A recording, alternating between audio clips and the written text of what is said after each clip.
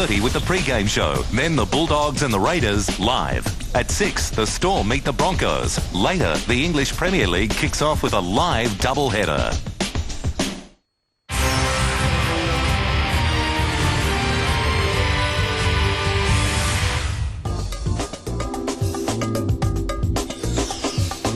This program brought to you by Harvey Norman. There's a store near you. Bunnings Warehouse, where lowest prices are just the beginning.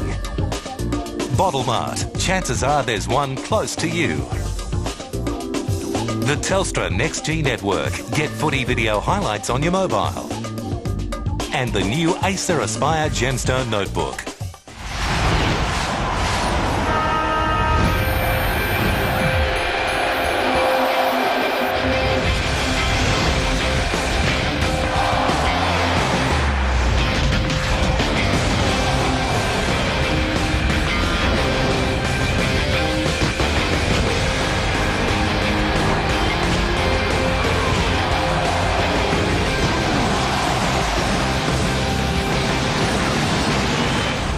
A major hiccup for the Power last week. They lost their way against the Crows in the showdown, but their destiny is still in their own hands as they aim for that double chance in the finals. The Blues, well, 2007, to be honest, has been a bit of a disaster. Only 4 wins. They've lost their last 7 in a row, but their last victory was against Port Adelaide, so you never know. As I say hello and welcome to Amy Stadium. It's round 19. It's Port Adelaide versus Carlton. And Michael Voss, it's all on the platter today for the Power. No excuses today. Well, there is no excuses. Playing Carlton, they should win this game. They should have won last week against Adelaide, and they didn't, to make the most of their opportunity to attack that top 4. And now there's their chance.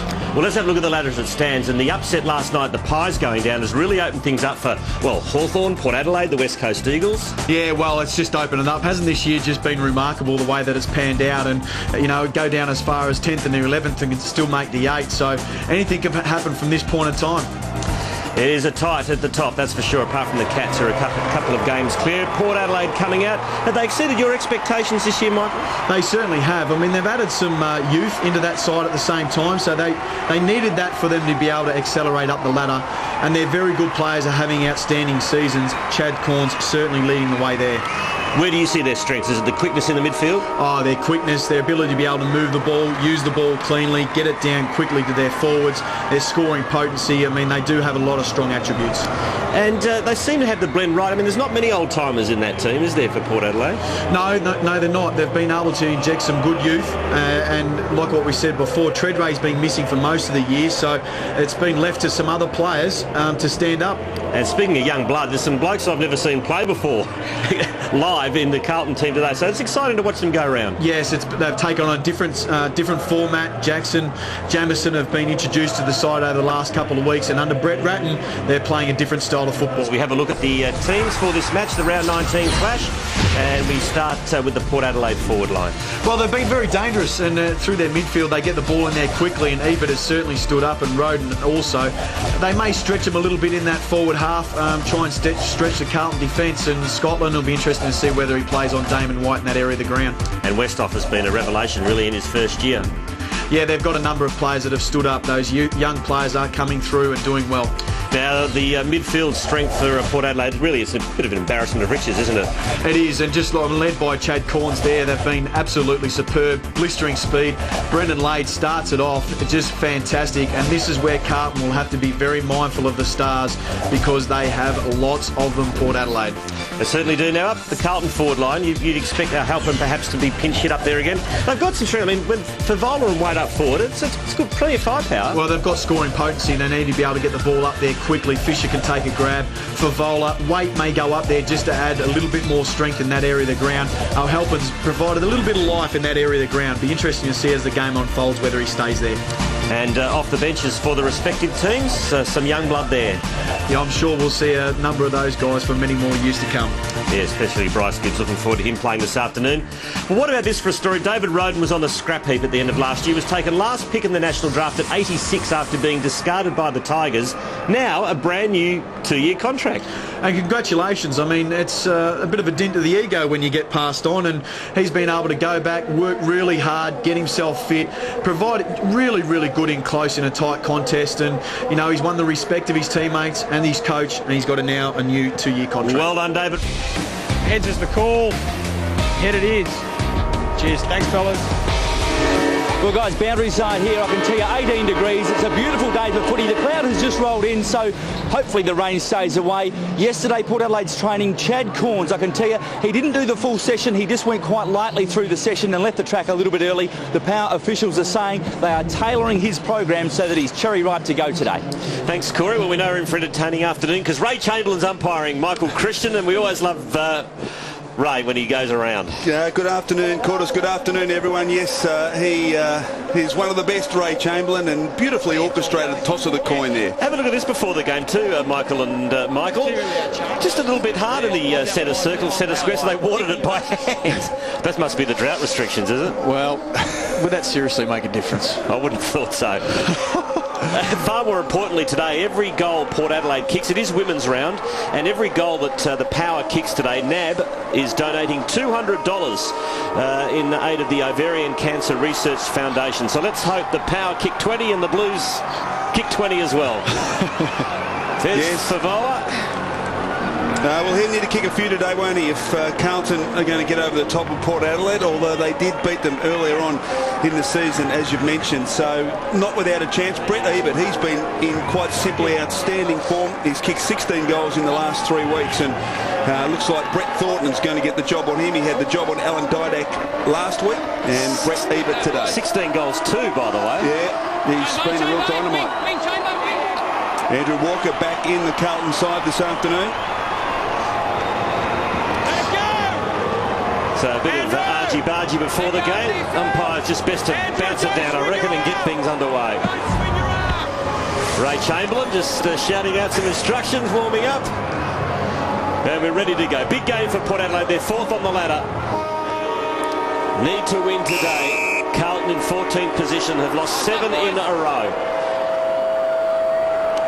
And we're away. It'll be Lade against Ackland. Lade got the tap and then won the football. Now off to Pearce, the rising star from last year. Over to Kane Corns, and a little short one. And his kick finds White, who is back in the team after a knee injury. Here's Pearce again, his second disposal, and he goes to Ebert. And he's got the mark. It's just that ball movement that they have, very clean. 8th on the goal kicking table is Ebert, and he goes to Lade, who is a monstrous kick. But he's going to dish off here, and it's a good pass. And that's a mark to Roden. Is it 50? 1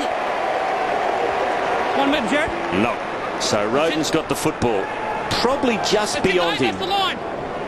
That's the line. Don't grab in. Don't grab in. She said signed a new 2-year deal this week. David Roden, he's kicked 24-8 this season, so a good conversion rate of 75%. 75%. And one thing that Carlton will have to be very mindful of is the scoring from stoppages. They are damaging Port. So Roden, it's good off the boot. Just missed to the right. Ball still in play.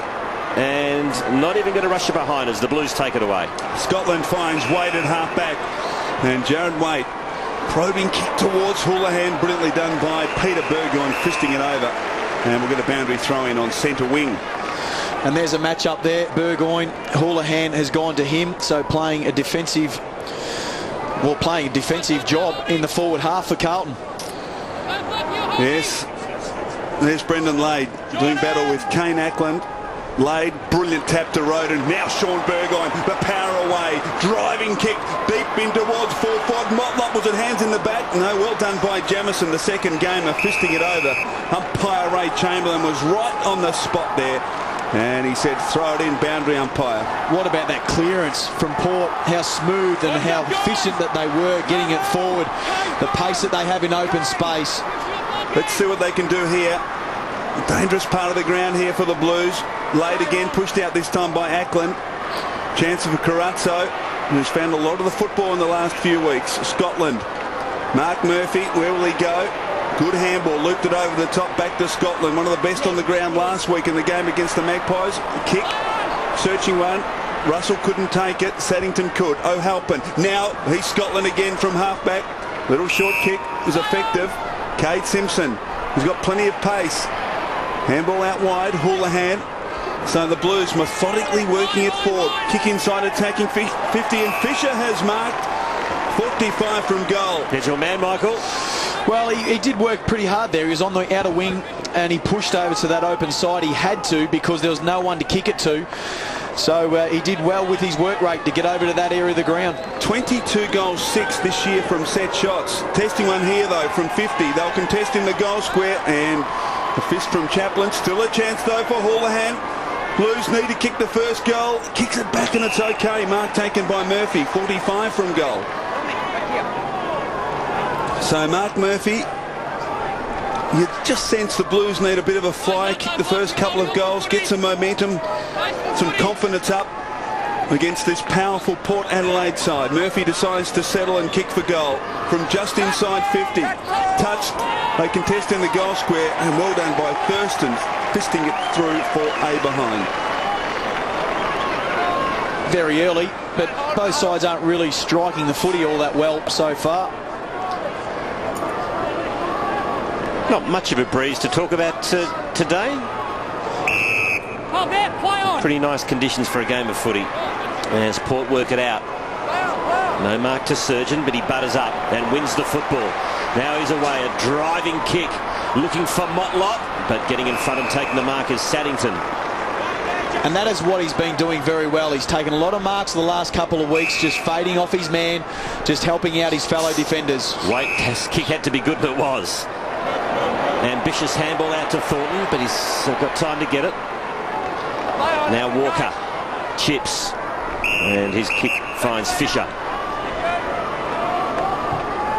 Goes back into the corridor and finds Saddington. The former Swan, now a Blue. Dishes off to Jamison, and now Waite in defence once again. Out wide to Simpson. He's got plenty of room to move. Now can he use it? He's got O'Halpin on. Yeah. That's a terrible kick. Shocking kick and a turnover as the power away. Corns kicks it towards half-back. White couldn't control it. And eventually Carlton are able to tie it up, although Halpin emerges with it somehow. Got the handball back to Scotland. Handball to Carruzza. He's tackled by Carlisle. Back to Bannister. Kicks back inside the centre square. And Fisher marks. He's been busy early, Brad Fisher. Kick towards the leader for Vola. Well done by Pettigrew. Did enough. Thurston's first back to retrieve the football, but he's brilliantly tackled by Russell. Favola kicks it to the goal square, but it's all Port Adelaide. And Lade coolly picks it up. Hands off to Peter Burgoyne. And the power can ease it out of defence. Surgeon, Peter Burgoyne, Cassisi. Gee, they're just like a training drill, it is at the moment. Kicking it wide. Pearce didn't get a great bounce. Fisher, but Pearce did well to knock it back to Roden. Here they go. Kick inside, attacking 50. Ebert takes it on the bounce. Hard up against the line. Tries to bring it back. It's bouncing across the face. Still a chance for Motlop. Motlop can lose his player and kick a goal. What has he done? He's kicked it across the face. And the mark's taken by Jared Waite. Yeah. We need the Benny Hill music at the moment. Strange old start to this game as it's a beautiful kick to the wing. And a strong mark's taken overhead by Walker.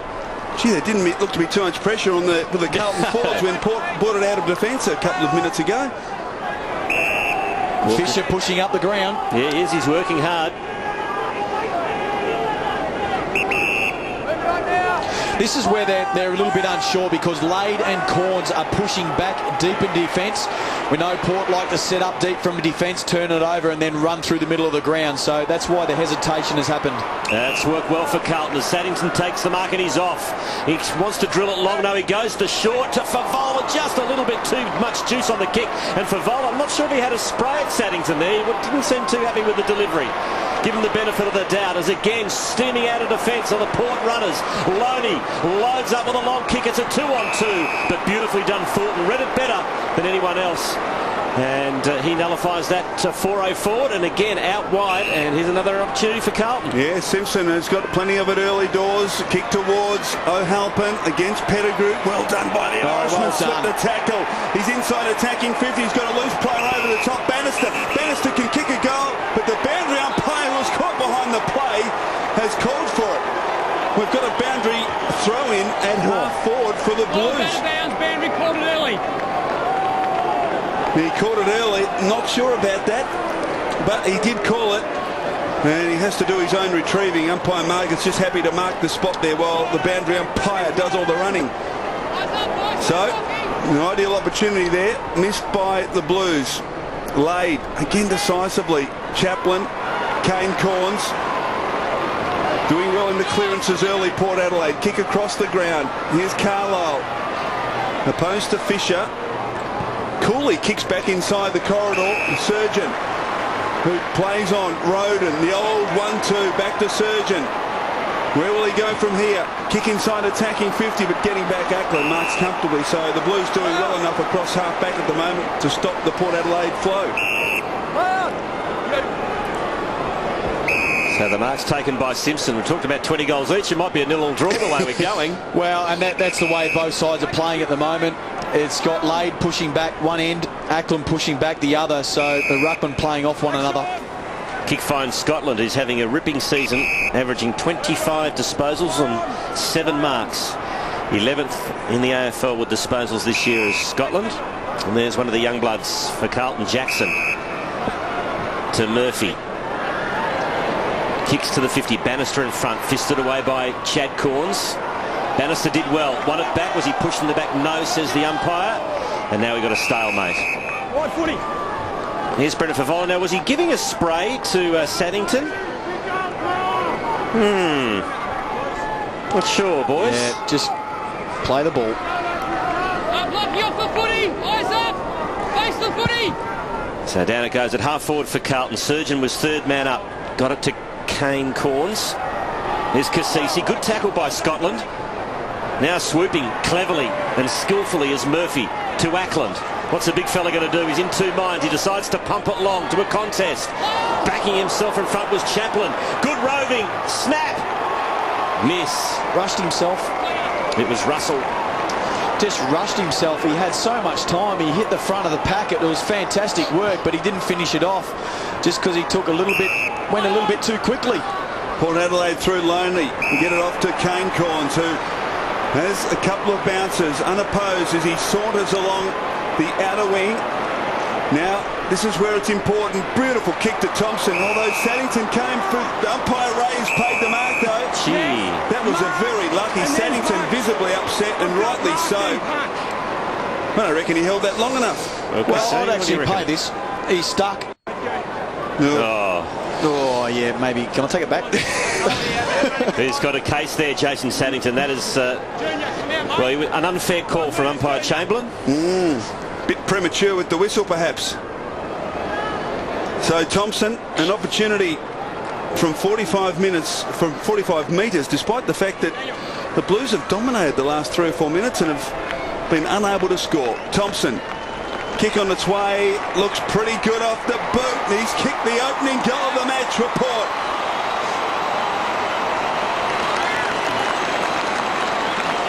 So Port Adelaide by 4 points. As we watch it again. That's play on. Yeah, it's certainly play on.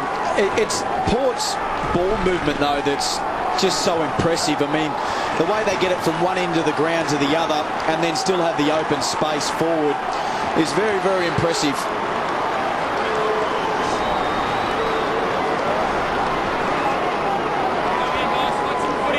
So a lucky break there for the Power and for Adam Thompson, who kicks his 4th goal for the season. Porter on the board. Here's Roden doing well early. Here's David Roden. That's his 5th disposal. Out wide to the goal kicker and Thompson. Kick couldn't quite find White. Now good pick up by Eddie Betts. Dishes off to Waite. Kicks to half forward. Houlihan's there. Leading stack getters early in the game for Port Adelaide. 6 to Kane Corns and 5 to Roden. Scotland 7 for the Blues. Carlton's last win was back in round 11. It was against Port Adelaide at the Dome. 39 points was the margin. Murphy being held first. No, Kane. First hold was on you. It was a high-scoring match too. 141 played 102 that day. Inside 50 go the Blues. Eddie Betts is there, but up to the task was Alapati Carlisle.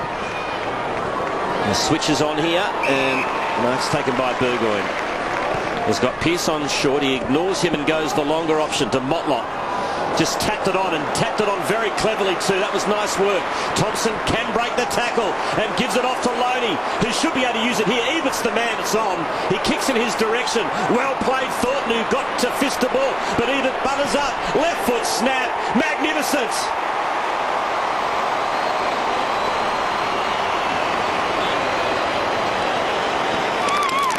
Class about that goal, Michael. Oh, well, the ball movement, that's exactly what Port Adelaide want to generate. They push the numbers back, the ball flows through the middle of the ground, they leave the space open forward, heaps of room for Ebert to move into. He leads 2 or 3 times into space, but it's recovery when the ball hits the ground here. His second effort, and then snap over the shoulder for a goal. That's exceptional ball movement by Port Adelaide.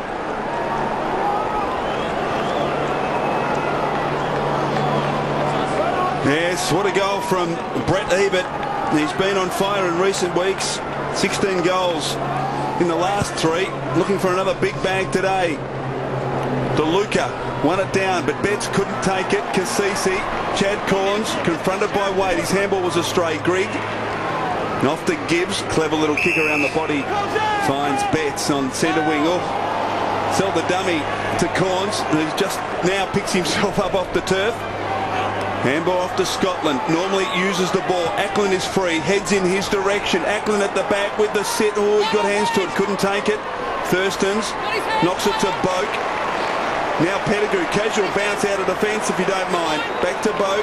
Kane, Corns, Loney. They shared around again, Port Adelaide. And the kick comes wide. And the mark almost taken by Cassisi. And the umpire's paid it. Umpire Chamberlain paying the mark that time. No, I think it was there.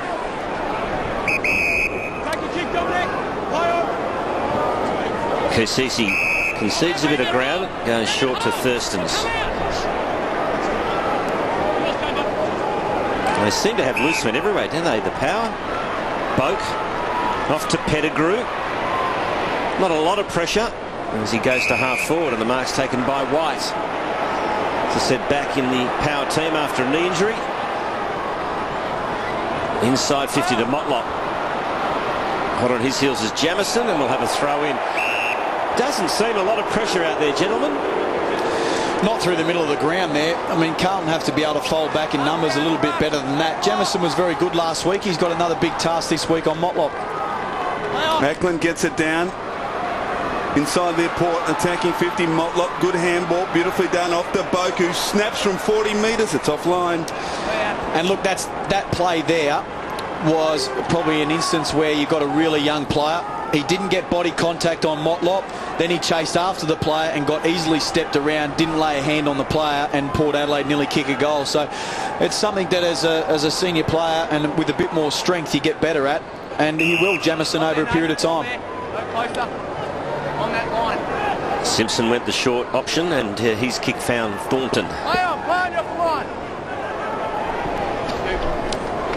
It's a nice kick too, and the mark's taken by Jordan Russell at half back. So 2 goals to the power, courtesy of Thompson and Ebert. Blues, to be honest, haven't looked like scoring much, and that's a poor disposal. He dropped his head too after that kick, Russell. He went straight down the throat of Westhoff, who goes back into the corridor. Good challenge by Gibbs, but the umpire said it was a free kick. Kane Corns. Again to loose man out wide. That's White. He's off. What's he going to do? Dishes off to Burgoyne. It's Peter Burgoyne. Back into the corridor. And the mark taken by Carlisle. Now Kane Corns. Too easy as he kicks long. Ackland's underneath it. Should mark and does. So Corns got dealt with. He's okay. Wasn't much in that. And now the Blues are away. Can they use the ball? No, they can't. They've mucked it up again. That is just terrible disposal with not much pressure. Thompson should make them pay. And that is a lucky let-off for Carlton. Their disposal is ordinary, to say the least, at the moment, boys. Well, that, and I don't like the body language I'm seeing. Well, Russell dropped his head there, didn't he? And also, just in that instance also, body language, everyone turned around. It's just get after the player. Get on with it. Deal with a mistake at the end of the game. There's no time for it now. Oh, great kick from Scotland to Carazzo, but Carazzo kicks it out on the full under no pressure. Another unforced error gives Port Adelaide the opportunity. Chad Corns into DeLuca. His handball was knocked down by Walker. Now Betts. Now there's a chance for Favola. Now Walker's running hard for him. Favola goes for home from 70 and kicks it behind. And cops a bit of a spray too. They're all the little things, and look, I'm going to start out being critical. They're all the little things that Carlton have to get out of their game. Spraying other players if they don't get the ball. Just get on with the job and deal with it later. They can't afford to do it, and Walker in that instance did it to Favola, and Favola did it to Saddington earlier in the game. So they just have to get it out of their game. Go away. Not go away, you heard me. That's guess who? I tell you what, you want to be a little bit careful. I think a few of the Essendon boys weren't too happy with some of them. It was Essendon last week he was umpiring against, I think, from memory. They were too happy with some of the things said. As the ball goes deep and the mark's taken by Westhoff. And really this is turning into a bit of an embarrassment early for Carlton. They've only conceded a couple of goals, but the signs are not good. And what about this young man, taken number 71 in last year's draft? Yeah. 71st best player, and what a season he's had. 199 centimetres, he's kicked 21 goals. It's been an amazing debut year. So Westhoff from point blank has threaded it through. The Power get their third.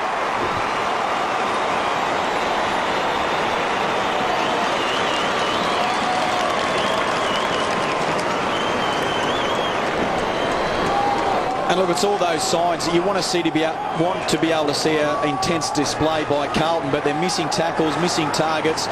Body language is poor. Port Adelaide are moving it how they like, and just at the moment being non-competitive. They can turn it around, of course, because it's only very, very early, but they need to do it quickly.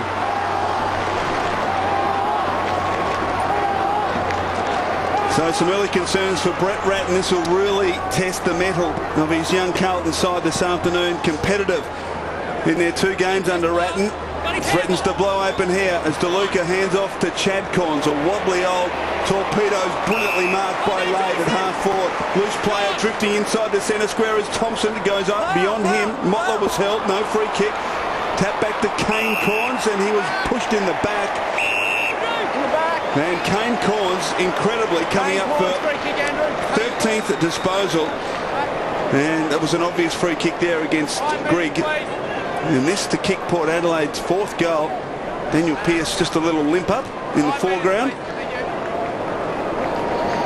Well, the real strength of Port is to be able to get it forward, penetrating clearances out of the middle, around the ground from stoppages. That's where their real strength is. So he'll kick from just 35 metres, as good as directly in front. Should convert this opportunity. Kane Corns pokes at it a little, but it's dead straight. Port Adelaide have 4.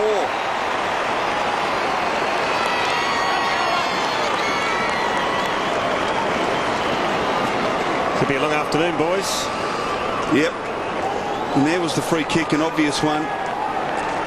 And his work rate is just phenomenal. Kane Corns been very consistent in recent seasons. Runner-up, best and fairest in 2004, 2005, 3rd best and fairest last year, of course.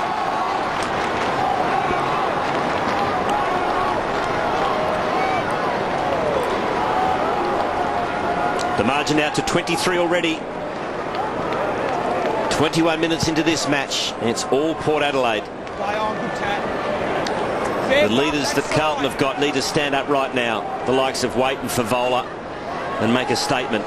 There, thank you. Mark taken there by Jackson, who goes inboard, and then the kick comes off. It's marked by Gibbs, whose parents are watching today in the stand. Over to Eddie Betts now. His kick smothers. About to say, can he make a goal of this? But no. Wilson won the hard ball, fed it out to Pearce, and now goes out wide to Surgeon, who's got about 25 metres on his nearest opponent. Steadies, kicks, and finds Chaplin, who stood his ground nicely. Again, running out of defence. Pearce back to Surgeon. Burgoyne slipped over at the crucial moment, but still had Surgeon in support. They're toying with Carlton at the moment. Pettigrew pops one over the top. Toloni Now Chaplin, right in the middle of Amy's Stadium. Just a chain of handballs. This is a training drill at the moment. Loney out wide, but it's cut off by O'Halpin. The Irishman kicks wide. A couple of options. Fisher's one of them. Wants to draw his opponent, and he does now. Gives it off to Houlihan. And Houlihan, a couple of casual bounces. This is where it's getting difficult. Kick towards the boundary line, very close. In fact, I thought it was out on the full for a moment. And the umpire, the boundary umpire, lost his footing. And umpire Chamberlain had to go and actually adjudicate for the boundary umpire, who lost his footing around the wing. So perhaps an opportunity here for the Blues. Brendan Lade, O'Halpin, oh gee, straight in the middle of his back. No free kick. Chance for Surgeon, off to Cassisi. Roden well tackled by Murphy. Jared Waite paddles to his own advantage. Handball was wayward though, and Cassisi was able to gather, looking for support. Wilson just jams it on the boot. Gains 50 metres towards the wing. Bauer did well. Dropped the mark though. He got position well. Westov, Pearce. And now a chance for Port Adelaide, although Pearce's kick under pressure from Bauer was wide out on the full, and a free kick for the Blues. As we look at that infringement, gosh, umpire Chamberlain just missed it completely.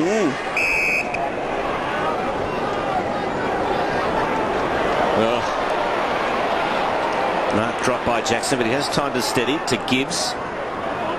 Now Jamison, again another skill error. Fortunately Carlton had the numbers. Blackwell ends up in the hands of Scotland, who usually uses it well. And that's what's killing him. I actually don't know the total of out in the fulls for Carlton so far, but they're turning the ball over far too much. Have to be 3 or 4. It's also Port's run and carry. Their handball receives. They have a 53 at the moment to 25, so they're prepared to run and carry and share. And there's another one. Straight down the middle, go Power. Loney. Wasn't the greatest of kicks. Wait, it was a difficult one for him. Now Pearce pounces. Cassisi. It's coming back. I reckon it might be home, or is it marked on the line? It's marked right on the goal line. Right at the death. Gee, it was a good snap, but saving the day for Carlton is Jamison. And his kick goes short, and it's marked by Murphy. Turn to McGuinness. Message and go, mate. Message and go. Message and go, message and goes to run of McGuinness. So that happening out there. The umpires are up to that. There's Carlton in possession. Thornton takes it outside defensive 50. Sees nothing but a wall of Port Adelaide players ahead of him, so he goes short to Blackwell. Jamison. Now Jackson. And his kick's good, finds O'Halpin. Very ordinary first turn from Carlton. Can they make amends in red time and kick a goal?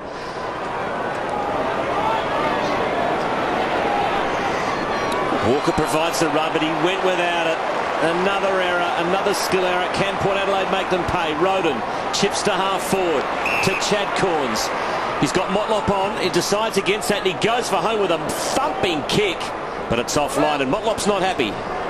No, he wasn't. He presented a few times, but once he led up the ground, he didn't have an option, and there's that just on the line. Well, the umpire was in perfect position, wasn't he? I think that he was perfect position. Couldn't have been any closer, so no goal there for the Power, but another skill error. Sound like a broken record, but that's what's happening at the moment. Carlton are just continually coughing it up. Roden chips. Motlop in front, has it fisted away. Bauer over to Thornton. As the clock winds down, we're near quarter time. A long ball out, and it's marked uncontested by O'Halpin. O'Halpin at half back for the Blues. Certainly the Blues have had plenty of play, but haven't been able to get on the scoreboard. O'Halpin brings it back to centre half back, and the mark taken by Saddington. Off to Bauer, and that's it, quarter time. And Port Adelaide bouncing back after the defeat last week at the hands of the Adelaide Crows, lead by 24 points. Oh, look, it's been the difference in the way that the game's been played. Carlton are prepared to go short. They're trying to look for the uncontested short kick, whereas Port, they're prepared to be able to run and link with hands through the middle of the ground, drive it long into the forward line and give their forwards the best chance they possibly can. At the moment, Carlton need to be able to stiffen up that middle of the ground because Port are slaying him in that area. Quarter time at Amy Stadium. The Power lead the Blues by 4 straight goals. Get connected with Harvey Norman and Telstra. For a limited time only, connect to any 24-month Telstra phone plan on the NextG network and receive this bonus Canon digital camera valued at over $300. Nokia, now on NextG. Pay $0 up front on an $80 Telstra phone plan and get your bonus Canon digital camera. That's right, connect to any 24-month Telstra phone plan and get a bonus digital camera. And remember, we can print your photos direct from your mobile phone. Get connected now at your Telstra dealer, Harvey Norman, the mobile phone specialist. Excuse me. Well, I'm not happy. I'm sick of that department stealing my budget. Don't mind them. That company down the road is stealing our Excuse me. customers. I wish there was a way to... Why don't we just sort this out on the treadmill? Treadmill. The treadmill. To the treadmill. If you're looking for a great team building day and a way to raise money for the Murdoch Children's Research Institute, go to thelap.com.au and join the race to save children's lives today. A hard-earned thirst needs a big cold beer. And it's official. We're living on the world's biggest barbecue, which means we're going to need a bit more shade and a lot more beer. That's why we've crammed that big VB taste into a mid. So grab your 30 plus and toast that big angry ball in the sky. Because a 12-month summer needs a big gold beer. And the best cold beer is VB. Hey, Australia, you've been hard at it again this winter. So we've got just the thing. A whole countryside bursting into life like nowhere else on earth. And then we've put some great offers together in the Spring Pass to New Zealand. Just for one season and just for our neighbours. So come and see what's on while we're at our freshest and our best. Just SMS Spring to 1998 1010 or visit newzealand.com.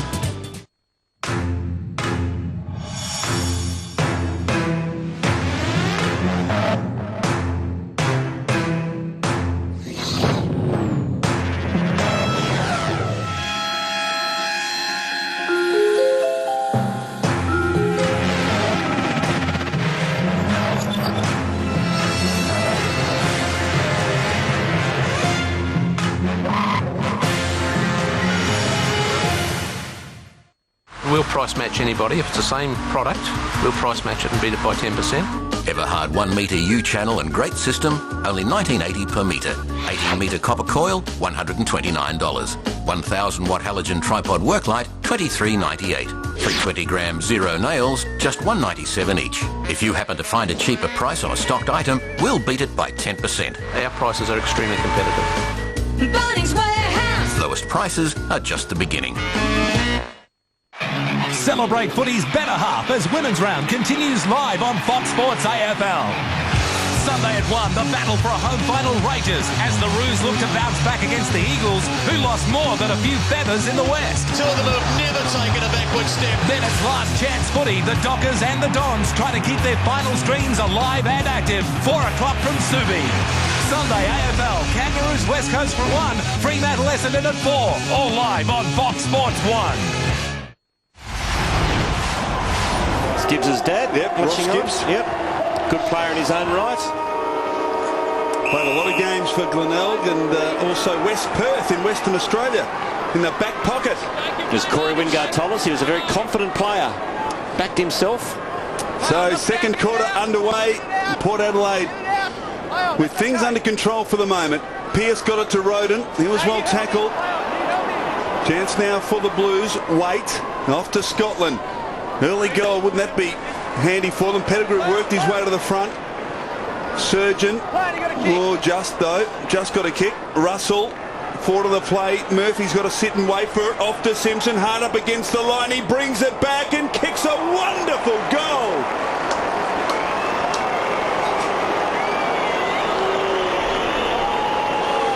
Kay Cade Simpson has kicked Carlton's first goal, and it's come 35 seconds into the second quarter. It was a beauty from hard up against the line in the forward pocket, and maybe, Michael Voss, that might get them inspired. Well, you hope so. They ran and spread from the contest, which was great. A lot more clean ball movement, and Simpson is almost a trademark move in that pocket for him now, where he carries the ball. I like him in the middle of the ground. He's added something to that midfield for Carlton.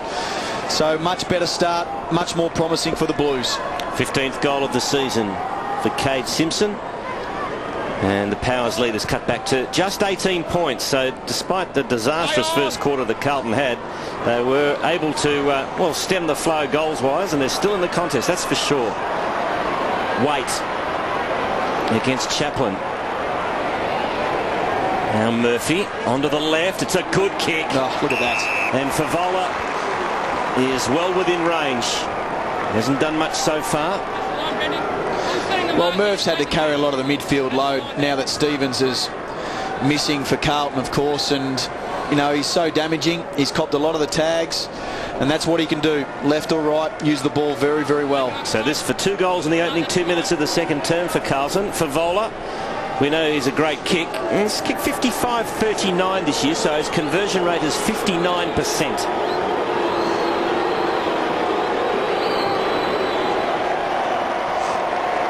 And he's missed that one badly. In fact, I don't think he scored at all.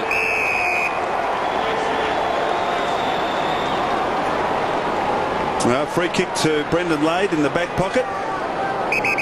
You'll be disappointed with that, Brendan Favola, although this is the first possession for Port Adelaide in the quarter. Carlton have already racked up 9. As Lade runs across his defensive goal face, kicks it in the Thurston's direction, who marks it cleverly, opposed to Favola.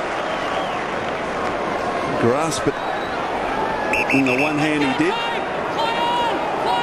So Favola now attacks him. He's able to get the handball. This is better from Carlton. Better pressure. Favola's able to get it back. Betts just arched the back. Got away from Thurston. 60 from goal. Where will he go? Gets around Chaplin. He's got options. He's got one. Jared Waite, who sprints, has a bounce if you don't mind, and kicks Carlton second.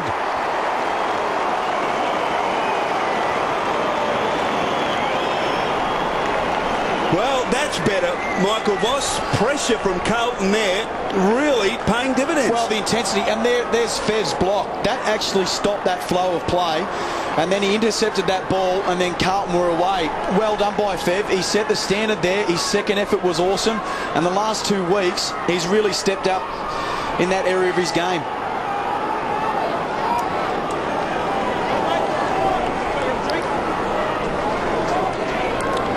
Little 1%er from Brendan Favola. Michael Voss has set this up. Yeah, and there's that block. He just puts in that little block and then intercepts the hand pass, just so Thurston's couldn't get the 1-2, and then Carlton were away, which created that goal. So well done, Fev. And Betts did well. He didn't panic. He waited for the moment and dished off to Waite, who kicked truly. So they're back in the game, Carlton, believe it or not. Roden for Port Adelaide to the 50. And that's a good mark taken by White. Just too strong there for young Bauer, who's still just a teenager. There's a lead from Motlop. Half-hearted one, really. So White. It's a big kick into the goal square. Saddington does the defending. For the ball is Walker.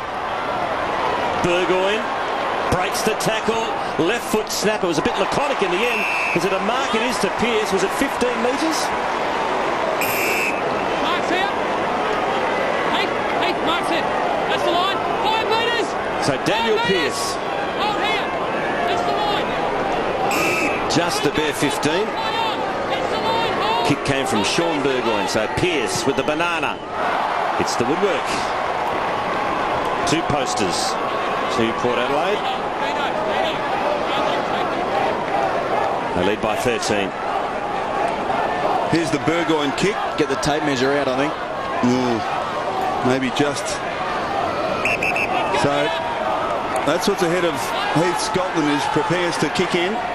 Now he's got a long option wide. It's Eddie Betts, and the kick is absolutely superb.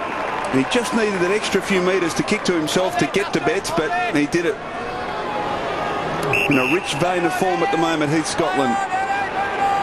Now, Bet's not too much to go to. Decides to kick along the line, looking for Waite. It's effective. Joe Waite spent most of the last 3 or 4 weeks in defence.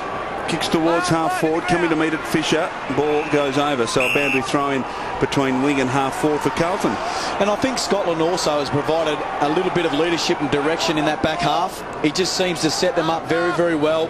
Points and directs, just gets them organised. Ackland just pushes Lade out of the way and then kicks it high, just inside attacking 50. Brilliantly read there by Chaplin. Now pointed Waite on that occasion. Off to Surgeon. Good pressure again from Favola. Just made Surgeon hurry the kick. And as a consequence, there was hands in the back there. Hold there, Daniel. A free kick to Simpson. And again, just that bit of extra pressure from Favola was the reason Simpson was given a chance. He kicks inside attacking 50. Fisher with good position here, and he marks in amongst a couple of Port Adelaide players. Gee, that was a good mark, wasn't it? It certainly was. That's what he's capable of. And Brad Fisher, there was the hands in the back against Pearce on Simpson. And the Brad Fisher mark was a beauty. He's a one-grab player. He just flies at the ball, keeps his eyes on it. Wonderful pair of hands. So the margin 13 points. This for Carlton's 3rd goal of the quarter, and he just tugged it left. So margin back to 12. But Carlton's certainly applying a lot more pressure in this second term. Well, they were clearly outplayed in the first quarter, and you sort of thought, Port, how far? The good news was that Port didn't blow them out of the water. They kick a couple of goals, and now they're back in the game. Kick it in now. Wait, Eddie. Play on, play on, play on, play on.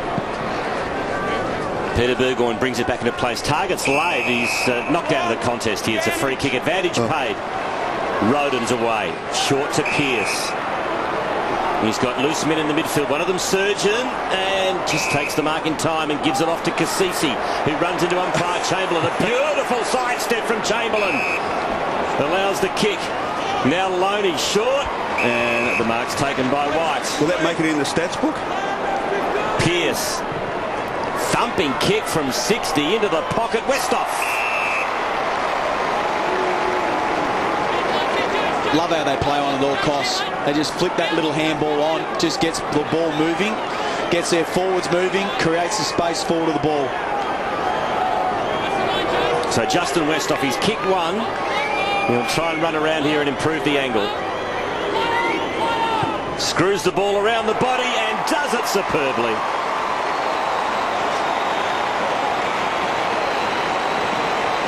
He's got great composure for a very young man, doesn't it? He looks unflustered, doesn't he? Well, I mean, he just opened the angle up there for himself. It was just, you know, made the most of the opportunity there, took the contested mark, went back casual as you like, couple of steps inside, and kicks the goal.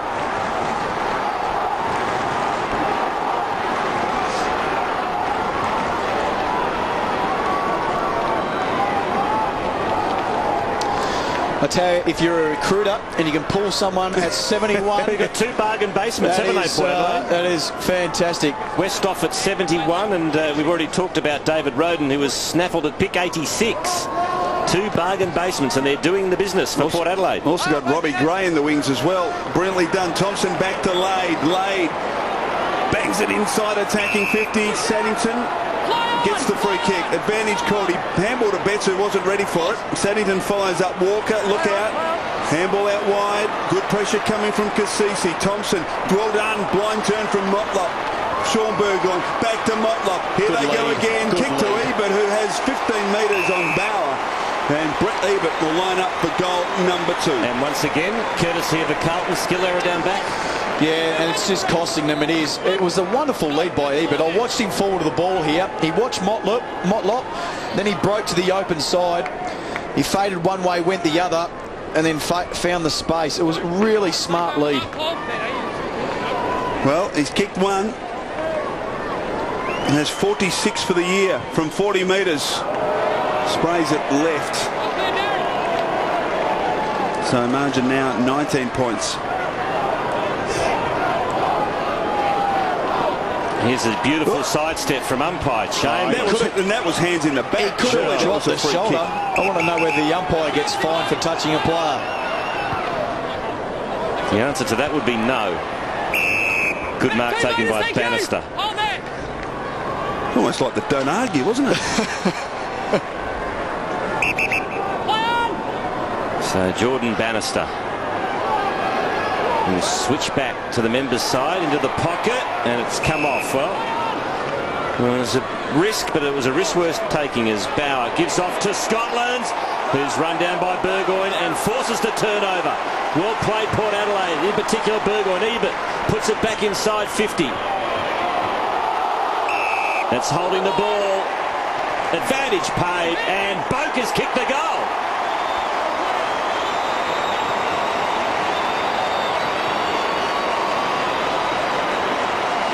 Turnover again, Quarters. Great chasing from Burgoyne. Sean Burgoyne forced the errant handball. Good tackle laid. Well, there was two great chase down tackles from behind. Yeah, Motlop on Jamison. The coach would absolutely love to see that their forward line players are putting pressure on the ball coming out. Playing his 8th game of football, Travis Boak. That's his 2nd career goal, taken pick 5. He was a high pick in last year's national draft, boy from Torquay. And Heath Scotland was assuming Andrew Walker was going to protect him there and shepherd Sean Burgoyne away, but Walker couldn't, and as a consequence, they turned it over. Ackland wins it this time, but taken by his opposing ruckman Lade. Thompson pushed out. Scotland gives off to Betts. So Carlton a chance to move forward. Clever little kick out wide finds Blackwell. Off to Simpson, who had to reach back for it, but he's got time and space. Runs to 55, kicks it to the goal square. Favola at the back and almost had it. Fisher, a little fumble, couldn't quite pick it up when he had the brief chance, and Wilson does well enough to rush it behind. What's your view on those rush behinds, boys? What would you like to see next year? No, at the moment, to keep it the way it is, and see what transpires. Michael, you're a defender. Do you like to see a change to the rush behind? Leave it as it is, Quarters. Good tackle by Waite on Wilson. Thompson was caught high. Advantage paid. Boak again unleashes a big kick into the goal square. The big pack fly. Burgoyne, Sean Burgoyne, twist, turns, Motlop, back to Burgoyne, goal.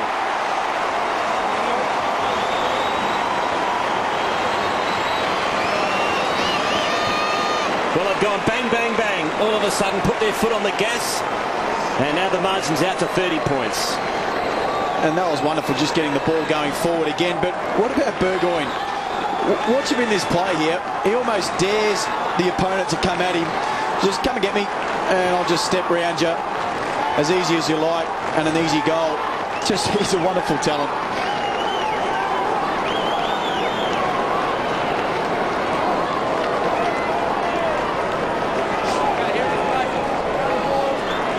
So Carlton with a lot of work ahead of them here.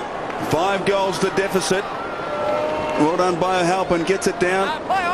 Kane Cohen's putting himself at the base of the pack, not earning a free kick that time from umpire Farmer, and we'll get another bounce. The one player that I have seen that is doing pretty well for Carlton, who's getting his hands on it in close, is Gibbs. I wouldn't mind seeing him go into the middle of the ground. Cassisi wins it out straight to Roden. Links up. Here's Boak again. Casual couple of bounces. Steadies himself from 40 and kicks another for the Port Power.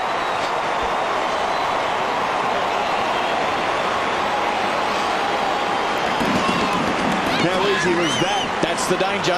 That's what they do. They smash you, and they break from the stoppage here, and they get the ball going forward with tremendous ball movement. They break the 50, and then they kick the goal. Just steadies. That's where they can cut you up.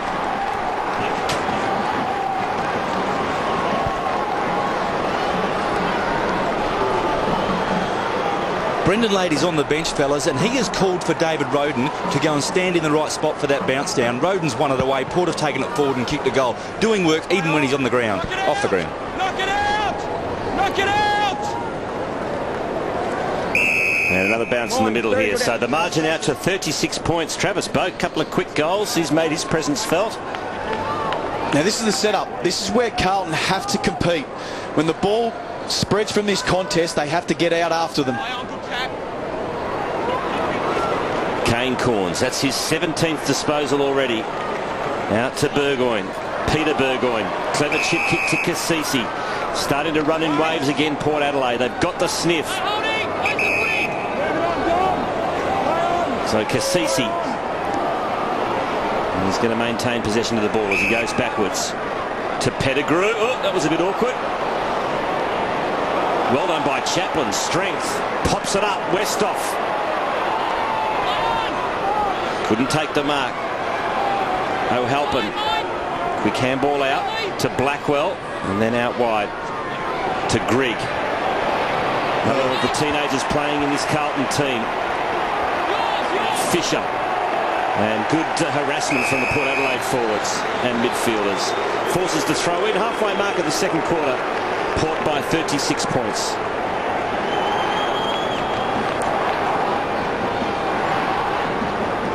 DeLuca against O'Halpin. DeLuca straight though to Murphy. Off to Grigg, who just kicks it high towards the centre wing. At the back, chance for Thurston's. Plenty of time to assess his options. He was put down. And so Michael Wilson will take the free kick downfield. Not happy with the treatment from Russell. Stay up, Red Plum. No, he's let it go, umpire Chamberlain. Wilson just waltzes away and kicks inside the centre square to Kane Corns. That's Boak, who has had 14 disposals, hasn't missed one yet. 100% efficiency. Chance for Peter Burgoyne. Well tackled by White.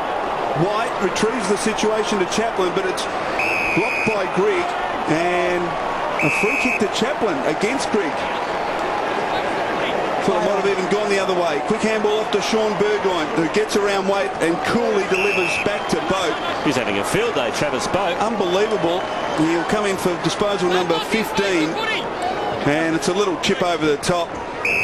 And Kane Corns has just drifted into the pocket unopposed. And he'll kick from 25 metres for his second goal as he comes in for his 18th disposal. Peter Burgoyne takes a break along with his brother Sean. Daniel Pearce back on for Port Adelaide. But gee, after the Blues kicked the opening couple of goals of this quarter and look to be getting back into the game, Port Adelaide have dominated. Here's Kane Corns. Guides it on the boot and steers it through. Another one.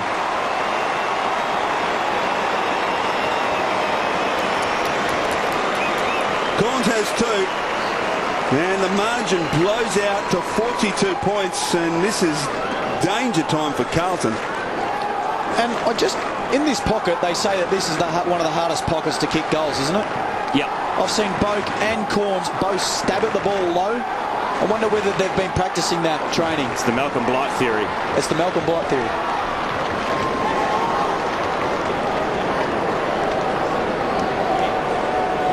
Well, Kane Corns is up to 18 disposals. He's kicked 2 goals. And the Power lead by 42. Here's Corns again. He'll have to go off soon. Get treated for leather poisoning. Dominating.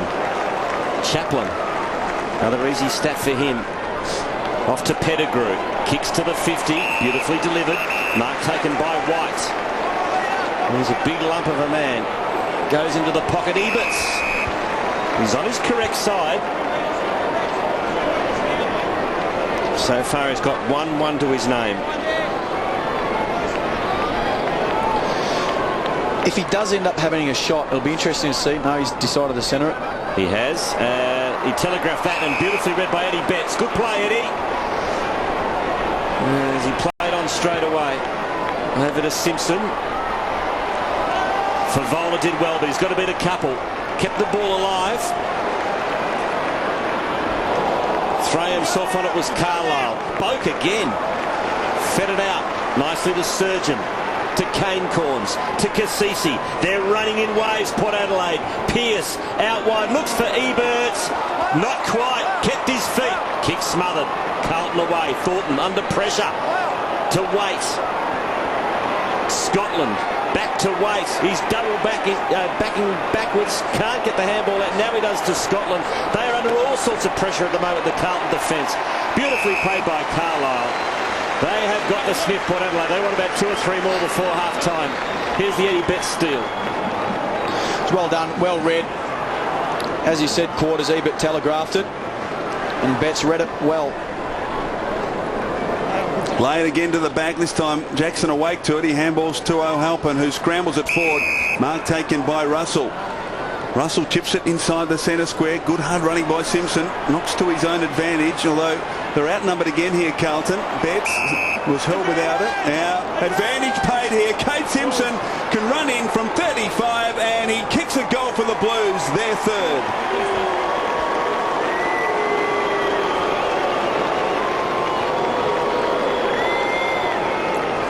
So Carlton narrow the margin back to 36, and good hard running there in particular from Kate Simpson. You just see him there running. Now that was from centre half back,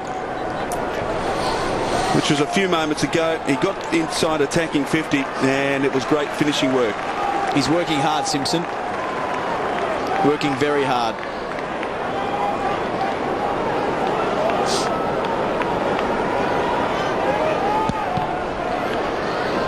So Simpson's second goal cuts the deficit to 36. DeLuca over to Corns for number 21.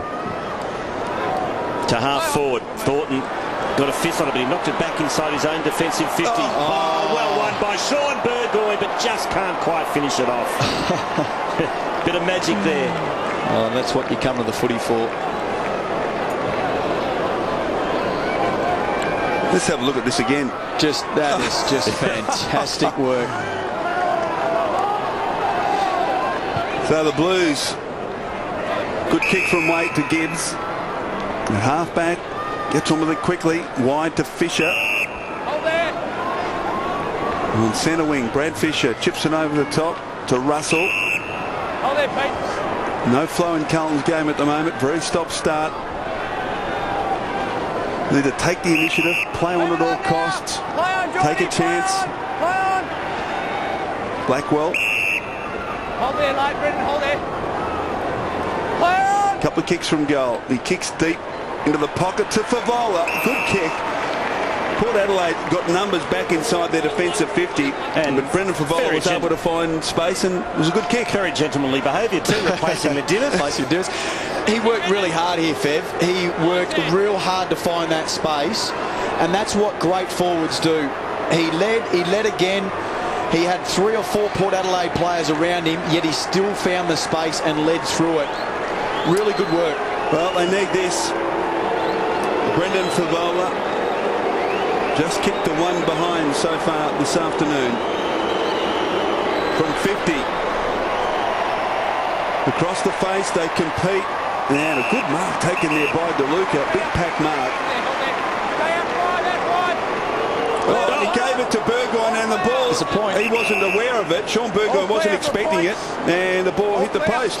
There's a little thing there. I wasn't too sure whether you can actually handball to a player who runs through the mark. Here it is again. Normally the umpire would call this back because you can't do that. Oh, look at the goal umpire. He was right on the scene there. Good work from Carlisle to Loney, whose sweeping handball finds Pearce, who doesn't break stride. Now he loads up on the left boot. Motlop caught behind, used the body beautifully, and finishes off with a 6-pointer.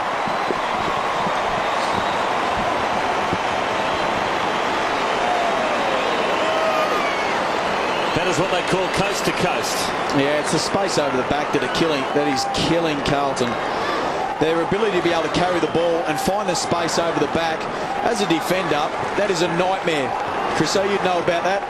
When the ball's coming down that quick, you've got space in front of you, space at the back. It is a nightmare. It makes it really tough. All Jamison could do there was try and push back as hard as he could. But that wasn't enough, and Houlihan there just on the bike. So the margin back out to 7 goals. Chance for Chad Corns, who's been relatively quiet this afternoon, hasn't needed to do much. Blackwell off to Murphy. Clever little evasion as he kicks inside attacking 50. Favola comes hard, crashes the pack. Betts front and centre, kicks to an open goal square, and it bounces through. Goal to Carlton. Got to say that was good hard footy from Favola, Michael. He really crunched the pack, didn't he? And he's been doing that for this in the whole of this game. He's been able to crash the packs, just provide the contest. Sometimes you're not going to market, but as a forward you have to provide that contest, get it to the ground level players. If they're doing the right thing, they'll be front and square, and Betts was, and kicked the goal.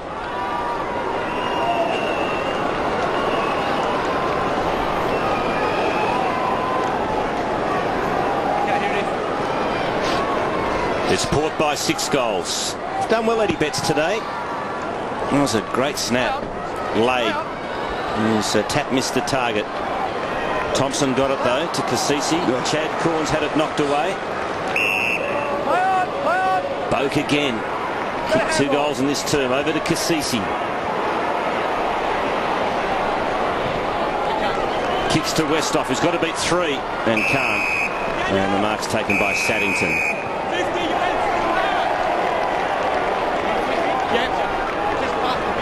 So 50-metre penalty. Yeah, no further.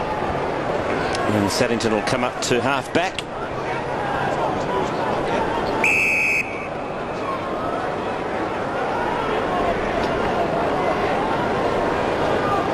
Little short one. And his kick finds Bannister.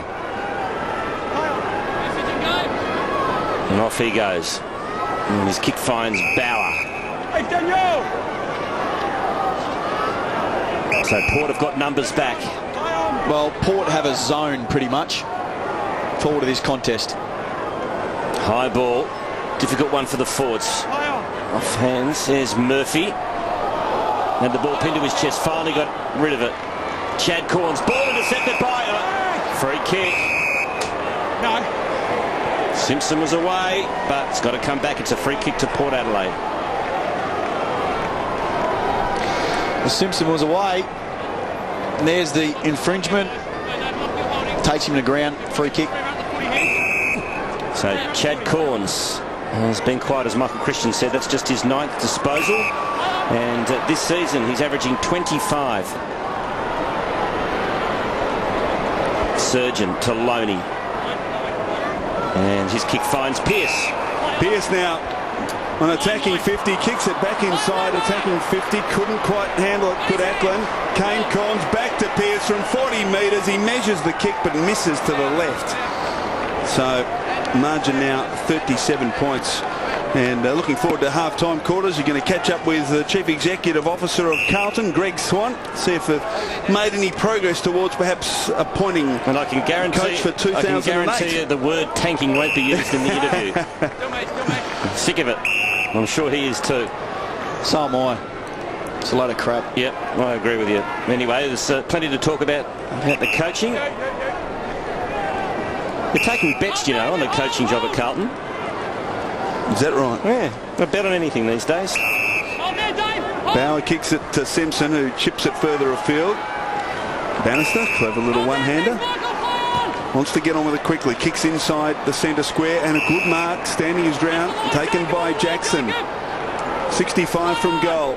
Who wheels onto the right boot, drives it to the goal square, in from the side for Vola, but standing his ground, Carlo marks strongly. And then again, Port Adelaide just run in a wave. Chad Corns this time. Took a long time to kick it. But eventually he kicks it beyond the wing. Not too much to go to from a Port Adelaide perspective, but he measures it superbly. And the umpire says... you're not suggesting deliberate. Well, was there a Port player there? Went 90 metres to kick. It doesn't matter. There wasn't a Port player there. There was Carlton players there. He was looking for touch. It was obvious. Sure, he got the roll, but that's deliberate.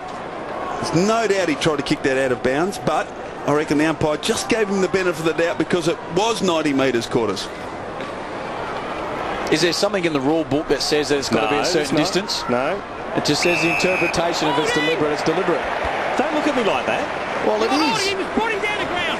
Give him in the daggers. Fired up now. Yeah, he looked forward and there was nothing, so just banged it wide. So Port had possession into the last 30 seconds of this first half. Long kick by Pettigrew. Ebert's third man up. Couldn't take the mark. Doing the crumbing was Thompson, unsuccessfully. Tapped by Jamison. Now in the end it ends up in the hands of Bauer. Can't miss him with that hairdo. Wobbly old kick to Simpson, who waited for it to bounce. He's got support. In the end he'll kick himself to the wing. Looks for Russell. Over his head. Back of the pack is Pettigrew. And that's just about it for the first half, and Port Adelaide will take a 37-point lead into half-time, and Michael Voss and Michael Christian, they'd be satisfied with that, I'd reckon. Half-time, Port Adelaide leads the Blues by 37.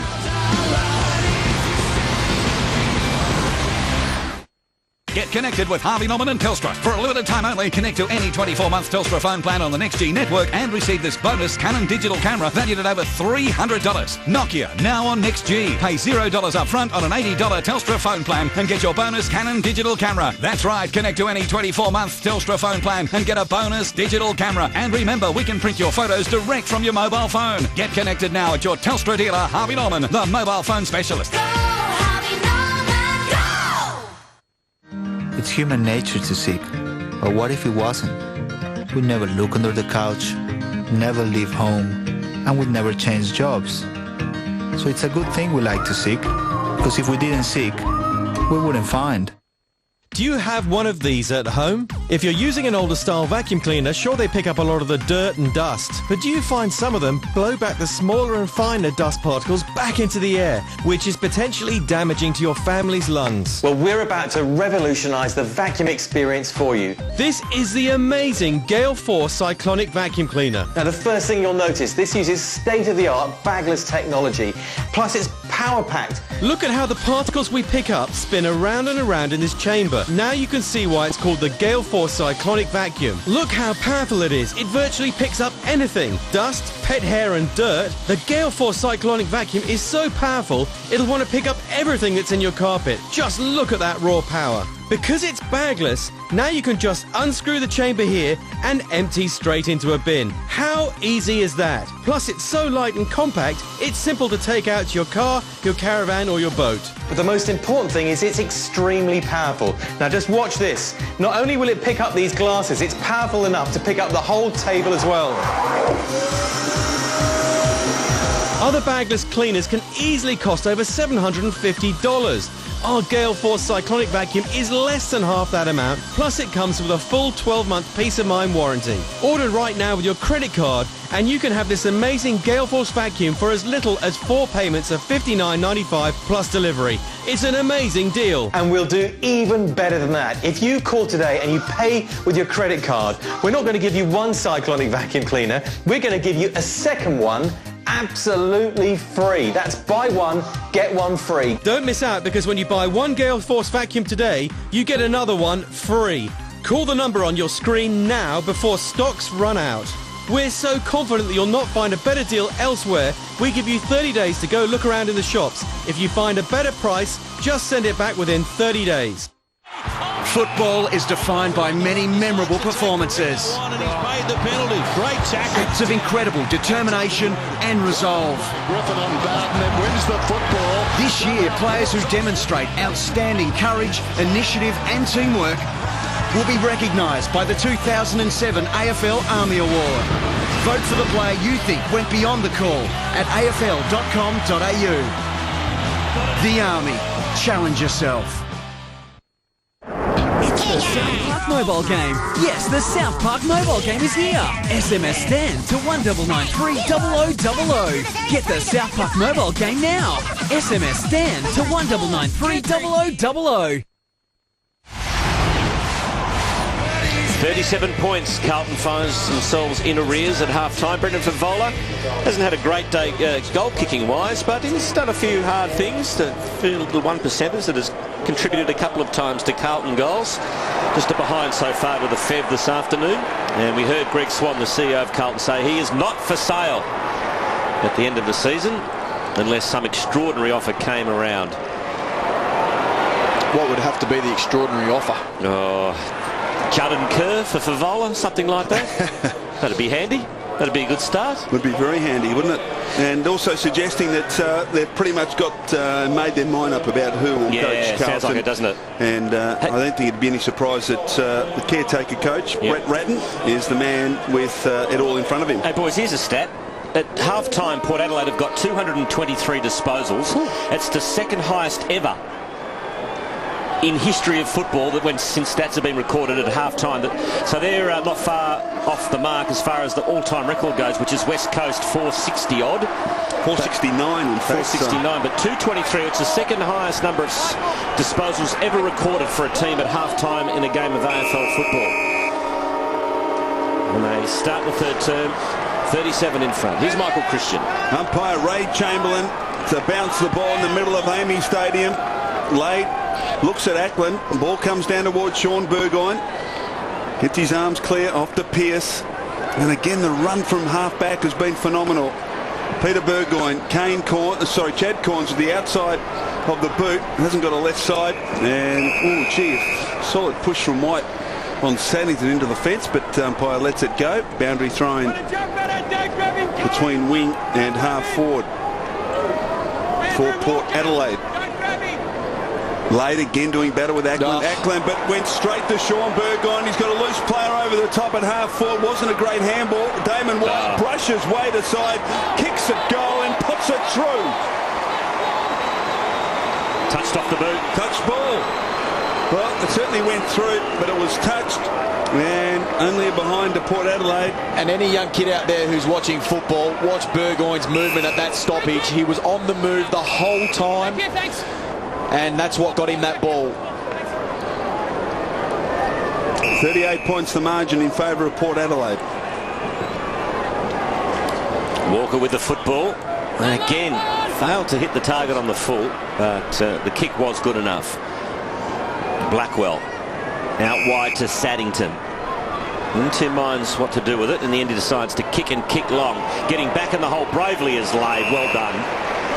Did not budge. Didn't drop their head. Took the solid mark. Off to Chad Corns. To his brother. Now out to Burgoyne. Oh, forward. Ebert. Oh, look at this. Westhoff all by himself. And he should go back and have a shot at goal. He's only about 35 metres out. The angle's tough, but not impossible. And Westhoff so far has kicked two straight this afternoon. Well, he was standing there a while. Thornton was just unsure who to go to. He had about three to cover, so you've got to make a pretty important choice there when you've got about three to cover at one time. Doesn't say too much. His nickname is Humphrey. And he comes for his third, and it's home.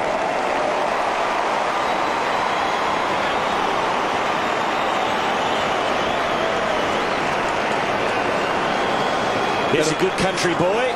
He's an unfashionable looking footballer, but I tell you what, once he puts a bit of beef on Michael Voss, probably even get better. He's a footballer, there's no doubt about that. Well, you'd wonder his best football, Vossi ahead of him, is probably going to be in the ruck. He stands 199 centimetres, but to be able to come in at such a tender age and do so well as a permanent forward is just an added bonus for Port Adelaide.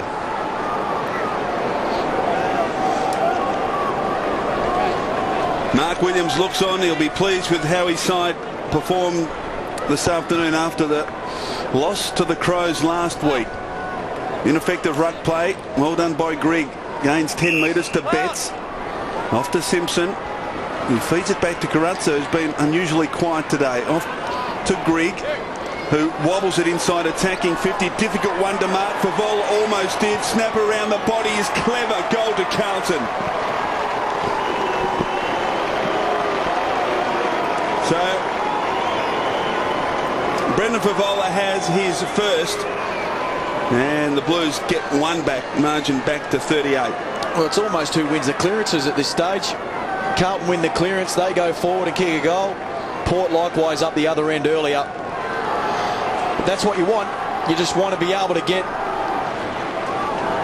that ball in quickly into the forward line so you can give yourself a chance.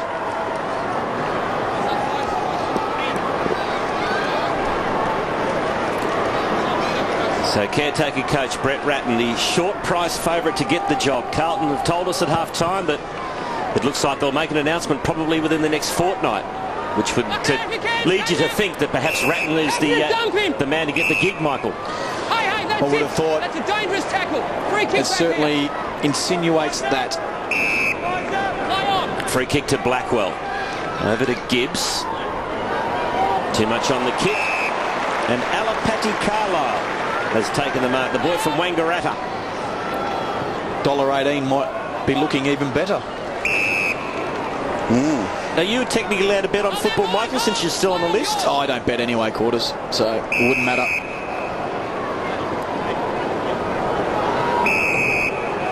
It's got me dumbfounded, that statement. Thurstons.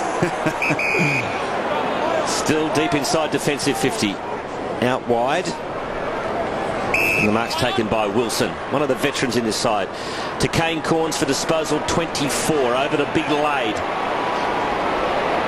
There's a couple of bounces and then drills the pass to the 50. Westhoff couldn't control it. Simpson with his head over the ball. And that's a free kick. That'll go to Blackwell for a high tackle. Advantage paid. Saddington. Ackland's got to mark this, and he does. He was off. Oh, Wilson's down. Well, let's hope it's not a knee. Simpson along the outer wing. He's had 3 bounces. Now he weighs up the options and finds Fisher.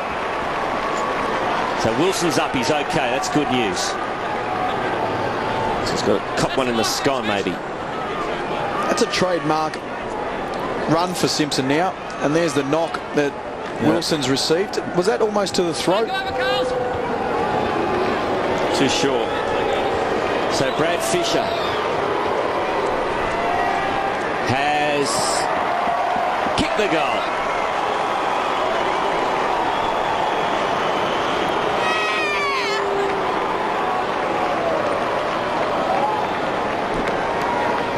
Port lead by 32.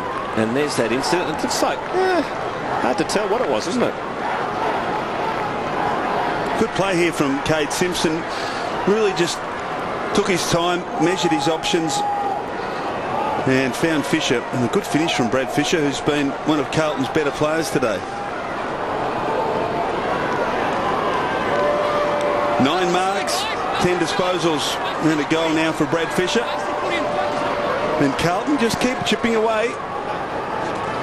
Ackland was pushed out by Lade. Push out.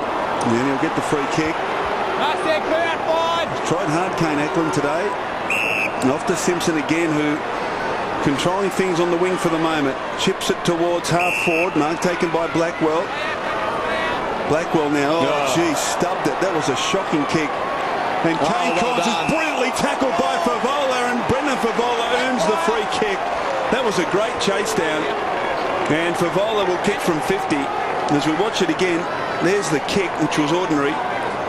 And Corns just almost jogging, and they've been able to do that for most of the day, so perhaps that's why he thought he could do it again. But a great chase from Brendan Favola. Over the last 3 weeks, this has been Brendan Favola's strength. He's been getting after the opposition, and it's been getting him goals. Well, I wonder whether it'll get him one here. From 50, gee, a head over the ball. It was a beautiful action. He's nailed it. Kicked his second.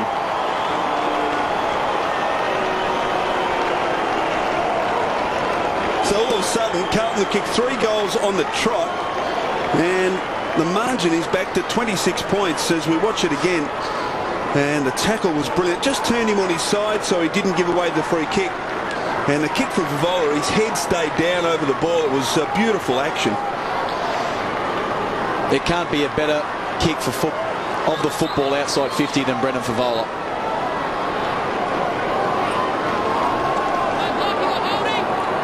Three quick goals to Carlton has seen the margin cut back to 26. Favola 2 goals this quarter. Laid up high, beautiful tap to Cassisi, who couldn't quite get boot to ball. He does another crack at it and stripped of the footy by Blackwell. Roden fighting hard, broke the tackle and then caught high. So it'll come back to David Roden. Good hard football from David Roden there, in amongst about 3 or 4 Carlton players. Look at Lade here, spectacular stuff to Cassisi. Brett, back here. Don't hold in the huddle. Let it run. Don't hold. David Roden's had a dozen touches. Just need a little steady here, Port Adelaide. Seen their lead cut back to 26. What happened in the second quarter? Roden's well done. They still have numbers behind the ball though, Port Adelaide. Wilson recovered from that knock. Goes out wide to Pearce. His kick's partially smothered. That allows Fisher into the picture. And that's a clever kick to Scotland, who thought about playing on. Tell you what, another goal here for Carlton. The margin back to 20 points could make things very interesting. And the last couple of weeks, they have been fighting out their games really, really hard. They keep coming. Greg to Scotland. Favola! Oh, 50. Gee. Gotta be 50. Hey, Steve, you've got the footy, and we're going 50. Hey, that's it. Carlton. Brendan, when you get the footy, mate, walk away. And yeah, if you get out of the road, or walk away, Brendan, when you get the footy, mate. So here's the mark. And bang goes White. What do you think? He was pretty committed, wasn't he? And there was no head-high contact. No, but I think the thing that went against him, Quarters, he had no eyes on the ball. Oh, I'm not doubting it's a 50. Yeah, but I'm thinking it's not a reportable incident. Well, they've definitely got to look at it. They definitely have to look at it. It's a charge. No eyes for the football at all. So Favola for his third this quarter. And the Blues are fighting back.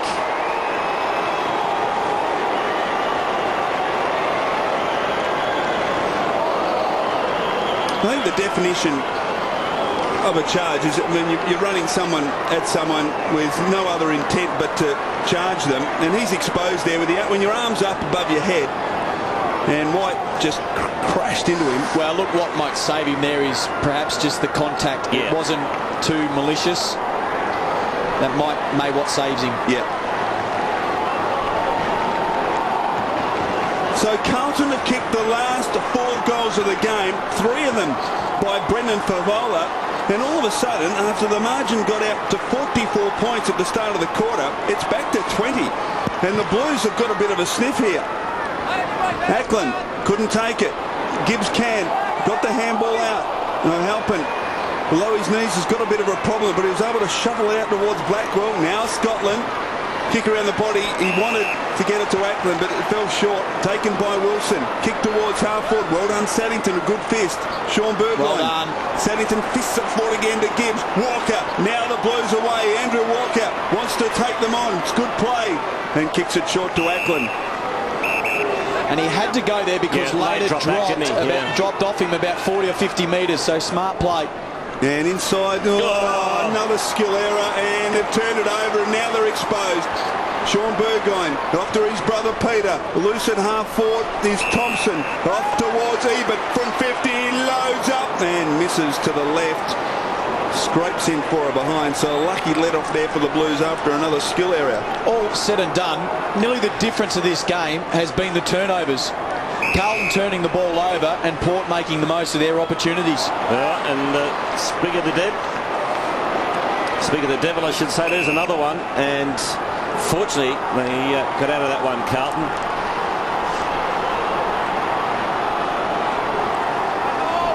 Yet another turnover. DeLuca against Ackland. Sean Burgoyne, go. There's a free kick Hold on the arm. off the ball. It's going to Sean Burgoyne against Walker. Wait, Walks, wait. Go. Stabbing pass inside 50, but it didn't come off. It's marked by Waite. Where do you like Waite playing, Michael Christian? Backwards or forwards? I'd like to see him forward. I just think he's got that X factor, and he's capable of kicking multiple goals in a quarter. He's got skill, and when he's on, when his confidence is up, he's one of the best players in the competition. So, what about you, Michael Voss? Backward or forward for Waite? Let's create the debate. Disagree with you? Yeah, I will. You want him back, do you? Look, I think that he's got attributes to be able to go forward. That's why he's so versatile and so valuable. Just at the moment, I think where they need him is down back to do a job and provide some rebound run. So the Blues work it across their defensive goal square to Thornton, back to Waite. He's conceded 18 goals in the last month, Waite, which is number 1 in the competition. And there's a reason why he does that, because he tends to ball watch. He follows the ball a little bit too long, which then his man gets on the open space side of him and scores on him. So he has to be careful. Got to put your good players forward. Tend to agree with you, Michael. Kick was a poor one coming from DeLuca. Turnover, this time in favour of the Blues. Handball from Saddington to Simpson. Don't know about that. The handball to Fisher now. Bannister needs to be precise here and is. Mark taken by Scotland in front of the fast approaching Wilson. Back to Waite. Can he set something up, Jared Waite? Good. Well, no, it wasn't a good kick. I thought it might have got to Vavola. It didn't. And DeLuca off to Kane Corns. Carlisle, Sean Burgoyne, cool in a crisis. Out wide to Roden, who's got blistering speed. Oh, try to get around Betts was Collin. And what's the umpire going to do here? He calls advantage because he ducked ahead and got a high tackle. A bit lucky there, Roden. Handball to the path of Gassisi. Well done, Simpson. He cut him down and used great pressure to dislodge the ball. Surgeon sockets forward. That's all he could do. He's outnumbered 2-on-1. Again he goes. Well played, Jacob Surgeon. Inside attacking 50. Simpson superb. He tackled him, brought him down. And a turnover because of the Simpson work. His work rate there was unbelievable. Now Russell and the Blues can go forward. 4 efforts there from Simpson, and Carlton have got it at half forward, courtesy of Fisher. They are working their way seriously back into this game. Running down is Jackson. Centering kick. No mark to Carlisle. Eddie Betts is ready to pounce. Handballs it out. Here's another chance now. Scotland. He's a good finisher. Sidesteps. Doubles back. Now to Jackson. Into the pocket. Fisher from the pocket. Steadies. Balks. Kicks. A goal! Blues are back in town. Wow. What a goal! Oh, well, I can't help but stand up and applaud this effort by Simpson. He was out on his feet and he kept going and going, and that is the reason why Carlton went up the other end and scored this goal. Well done, Simpson. The whole team should be getting around him. That was a magnificent effort. Yeah, fair finish from Brad Fisher. Great team goal, wasn't it? It was really well done, and now they're back in this game, and this is a big few minutes for Carlton because they've steadied, and they now have to keep shutting out Port. 15 points, can you believe that? They've kicked 5 on end, the Blues. Gibbs desperate in the centre. It's not coming out. The umpire will bounce it again. Margin after Port kicked the opening goal of the quarter by Westhoff was out to 44 points, and since then Carlton have just found something. I don't know where from. Well done by Chad Corns. Thompson kicks to the goal square. Even hands in the back. Hands in the back. And it's been paid by umpire Chamberlain. He saw it. He was right on the scene, umpire Ray. He was too. Beautifully positioned. And he called it. And off to Gibbs, who chips it wide. Blackwell. And it's important, Vossi, that Carlton really continue that attacking brand that they've shown over the last 10 minutes or so. Well, it's been that ball movement that's got their forwards free. They're giving themselves a chance to be able to score by getting it there quickly. Corey Wingard, what's it like down at ground level? Yeah, you can really feel it, Vossi. You're spot on. The Carlton players are really starting to work for each other much more than they have in the first half, and they believe they're a big chance here. So Scotland now at half back. He's got a loose player inside the centre square. Gibbs. Like him in the middle. Oh, Bow. It wasn't a great kick though, and Roden was able to come across. Now no one inside the attacking 50 here for Port Adelaide, so he's forced a handball off to White, who sets sail from 50. It's offline and bounces right on the paint beside the behind post. So it's about it's out on the floor. I thought it was a boundary throw in, but well done, Jamison. Got it to Grigg, and Carlton now can go forward. To Carazzo, who by his lofty standards has been quiet today. Puts it inside 50. Saddington, who saw him pinch hit a couple of times last week. Jason Saddington. Well, he drifted down there with the flow of the ball. Waite was also behind him. So they had a few Carlton players as options. This to cut the margin to just 9 points. From right on 50, Saddington kicks through the ball. It's a 9-point ball game.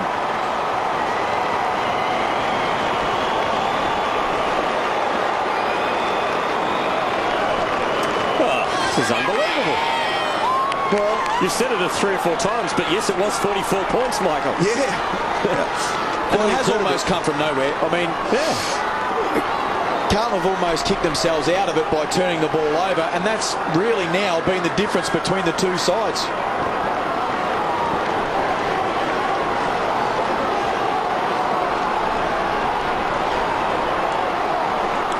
So some concerns now for Mark Williams. Carlton have kicked 6 on the trot, and they've only been inside their forward 50 8 times this quarter. So 6 from 8 is not a bad conversion rate.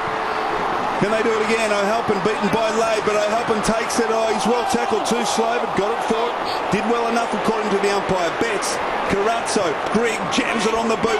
Inside attacking 50. Russell, not quite. Disputed football. Chaplin to Loney, brilliantly tackled. Spill. Betts from 50, kicks towards Favola. Oh, well, he's turned it on this quarter. He's kicked 3 in the quarter. A chance for his 4th. This, incredibly, to bring the margin back to 3 points. It'll be Judd, Kerr, Hanson, and Glass right now.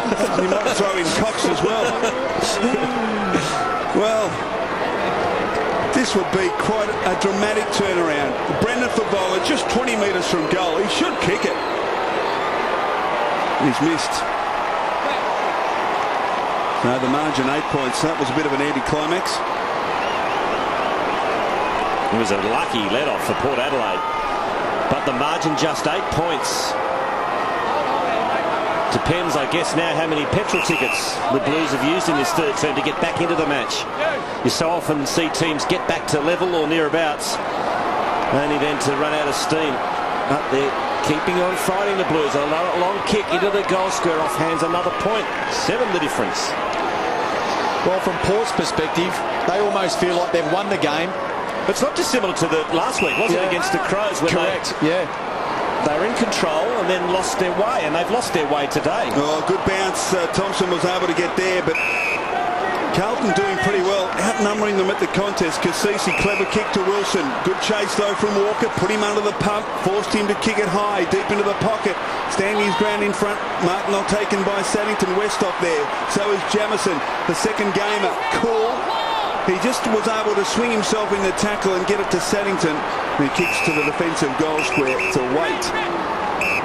It's important for Carlton just to keep attacking the game, play on at all costs, take some risk, which has got them back in the game in this third term. O'Halpin off to Thornton.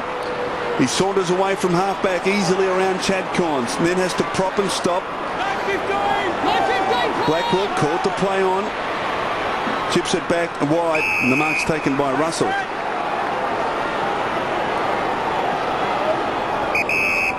Jordan Russell. Carlton maintaining possession here. They're going to switch. Now Waite to Saddington on the members' side, and he's got a loose man on the wing. Got to get it moving quickly. He does just that. Right, taken by Bauer. Kicks to the leader for Favola, a long way from home, but he's got the football. Good hard work for Favola. Gibbs runs on. Favola ignores him and goes a longer option. Betts is the man who flies, can't take the mark. Under pressure, the Port Adelaide defence. Burgoyne's handball was wonderful. And they're out of danger for the time being as Pettigrew tucks the ball under the arm, goes for a run. Now not sure what to do with it, so goes laterally and finds Lade.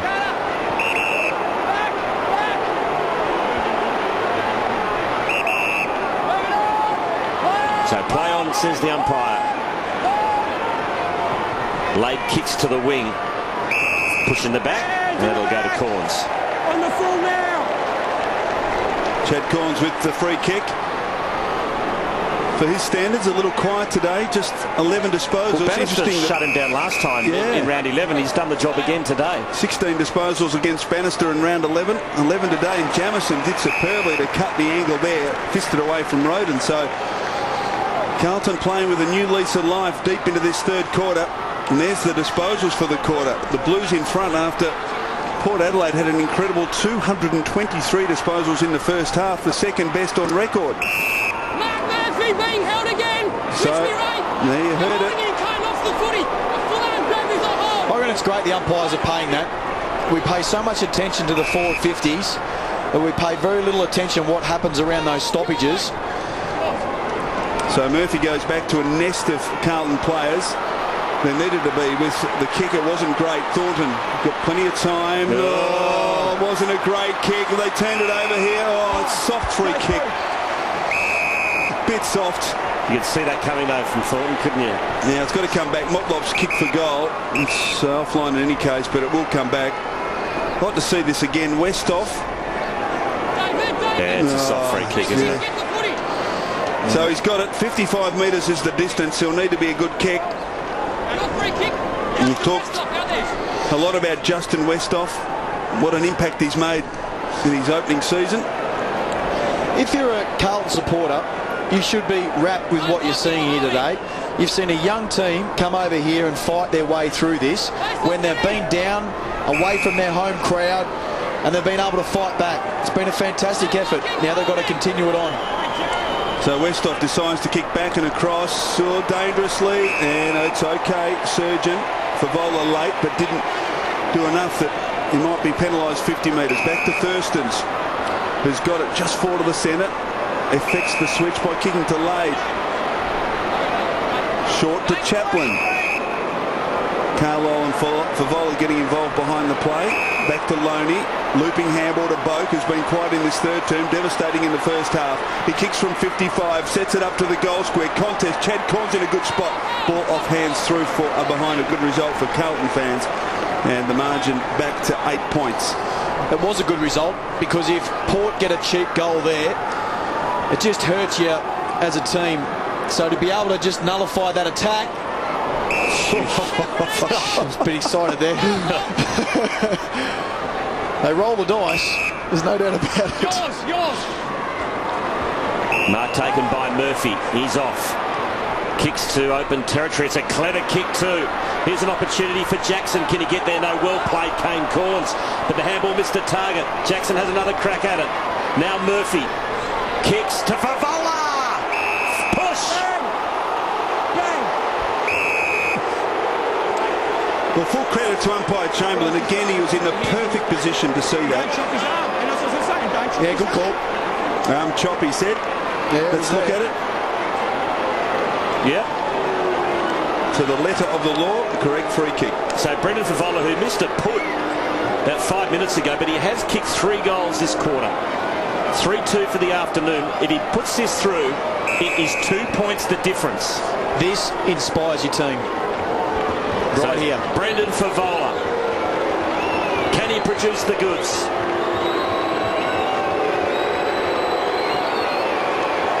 Yes, he can. It's 2 points the difference.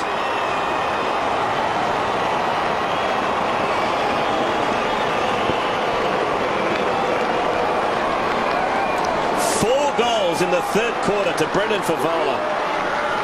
And in this term, Port Adelaide have managed 1 goal and Carlton have kicked 7. Well, they've kicked the last 7, more importantly, and they've chopped the 44-point deficit at the 2-minute mark to just 2 points at the 27-minute mark. It's been an amazing comeback.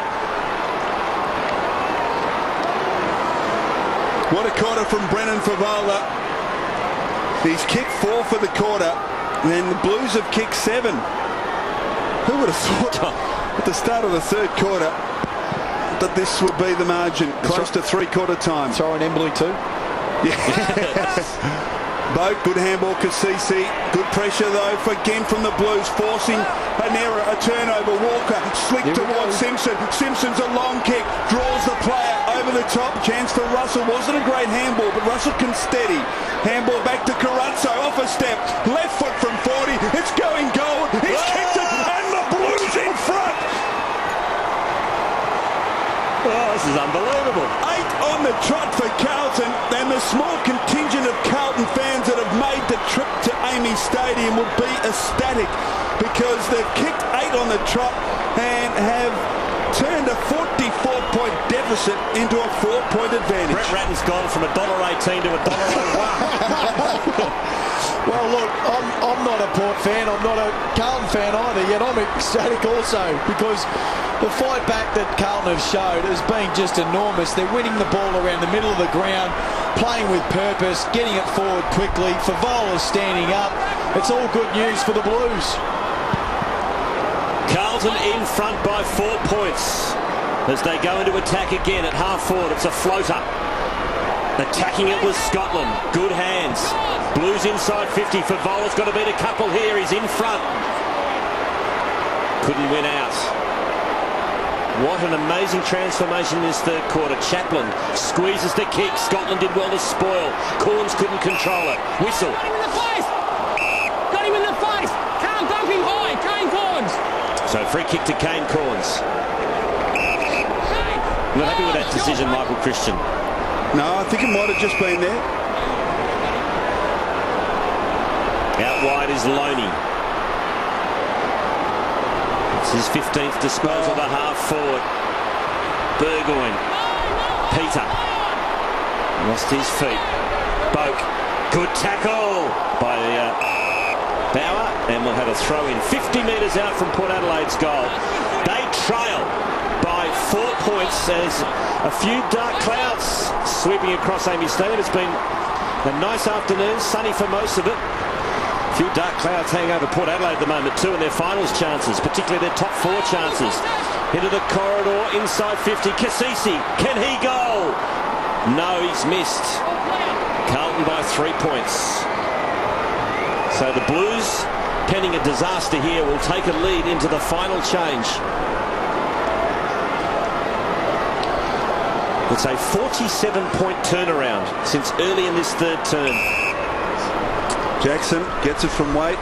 Oh, dangerous. Bauer missed the mark, and a chance here for Port Adelaide to hit the front in the shadows of three-quarter time, but time runs out. And that is the end of an incredible quarter of football for the Blues. They kicked 8 goals to, and Port Adelaide managed 1 goal for, and it's just a staggering performance by a young Blues outfit. Oh, it's a completely different team. So the way they're attacking this game now, the players are standing up, and now Port have to come back and try and win this game when they already thought they had it in the kit bag. So be interesting to see whether Port can counter. You really shouldn't have to put up with a tired old kitchen. It's amazing how easily these flat packs kitchens come together. They're a very, very affordable product. Enables the customer to be able to create their own kitchen. Straight line kitchen from $1,716. Misty sink mixer, $46. Stainless steel sink, $139. I'd rather spend more time in this kitchen than my old kitchen any day. They're very easy to assemble. You don't need to be a genius. Bunnings Warehouse. Lowest prices are just the beginning. PlayStation 3. Massive breakthrough. The ultimate computer entertainment device is now even better value. For $988, get the PlayStation 3 with 60 gig hard drive, plus Resistance Fall of Man, plus Motorstorm, plus an extra wireless controller. Bonus, that's right, 2 games and extra controller at no extra cost when you buy your PS3 for $988. A massive saving. PlayStation 3 plus games plus controller, all for $988. Get into PlayStation 3. Now at Harvey Norman's Games Hotspot. Just wait here, I'll be 2 secs. It's easy to get your footy fix fast with AFL video highlights on the Nokia 6120 Classic and the Telstra Next G network. What do you think? Awesome. Really?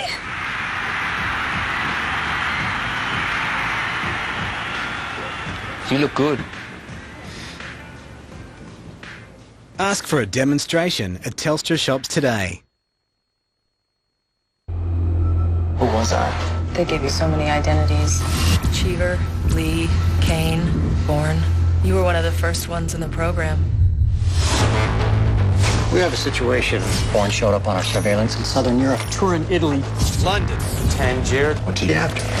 Just retracing his steps, looking for something. We need to know what it is.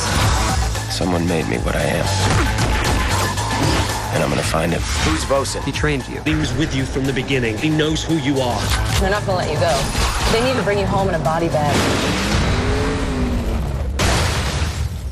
They can't stop me. Hello, Landy. I hear you're still looking for me. Tracing this. Coming online. Trace is confirmed invalid. On the street. Jason Bourne is within 1,000 yards of this building. He's communicating. Maybe we should communicate back. I'm going out there. Get the vehicles. We're going mobile. Follow Landy. She leads us to Jason Bourne. We need to find him and we need to take him out. 3 teams, Alpha, Bravo. Let's look sharp. Where is he, people? Noah Vosen. This is Jason Bourne.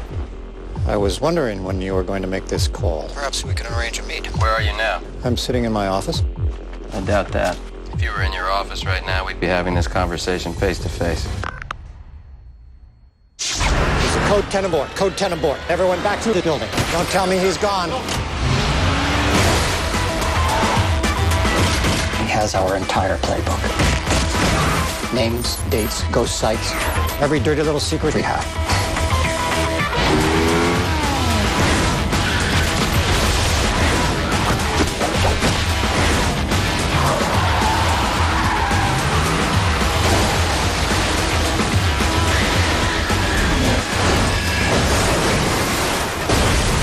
Listen very carefully to what I'm about to tell you. I remember everything.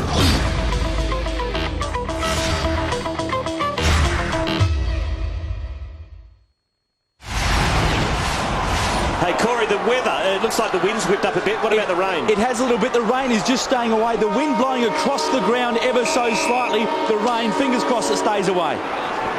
Okay, final quarter about to get underway. If anything, I think the wind might be favouring the end of which Carlton kick in this final quarter. From the bounce, Boak tries to crash his way through. Can't, he's brought down.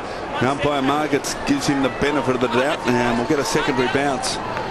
8-1 in the third quarter has resulted in Carlton leading by 3 points at the last change. Well done by Kasisi. Jams it on the boot, wide. Leading in the race, Pearce. Feeds it back to Peter Burgoyne. Pettigrew played pretty well. Sweeps the handball. Kasisi inside attacking 50 from 30 metres. He puts Port Adelaide back in front. Didn't take them long. 40 seconds to get the lead back. And it was good hard work. Good work by Pettigrew. And good running out of the centre square by Kasisi. Well, it was, and they were able to spread from that contest again. We've said it for most of the day, but their ability to be able to get out after the ball when the ball leaves the area is a real strength of Port's. They're able to find the loose player and then the finish.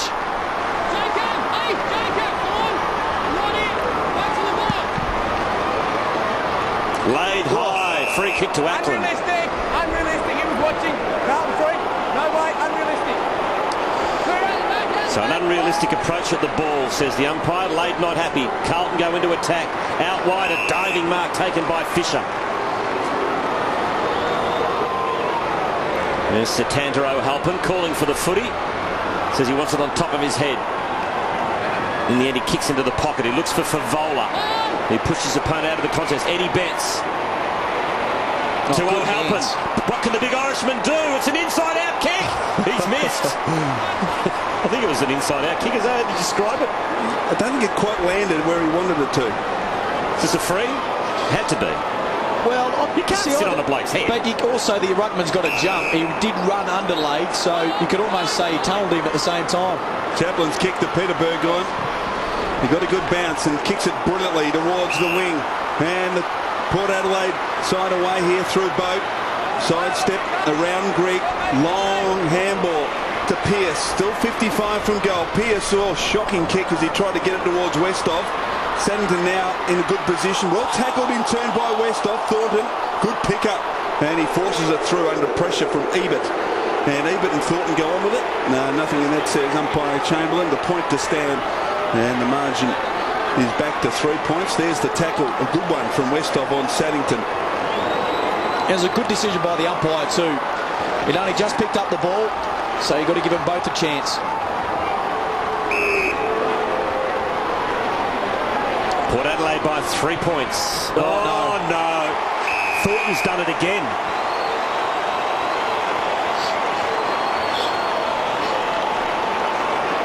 Well, the man's got to know his limitations. And Thornton has not for the first time today turned the ball over. And Westhoff from directly in front, only 25 metres out. Well, that's a disaster for Carlton. Can Westhoff make them pay? He's got one in each quarter. And now he's got his fourth.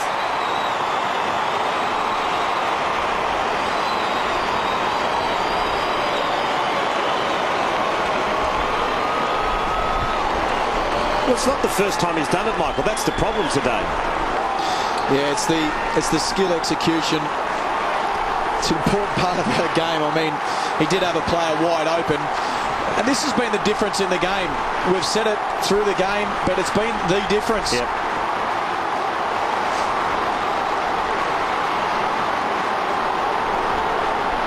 Well, turnover resulting in a Port Adelaide goal. They've kicked the only two in this final quarter. And you talked about inspiring play in the third quarter from Brendan Favola. I wonder whether that will deflate the Blues. Bannister, Ackland, get boot to ball.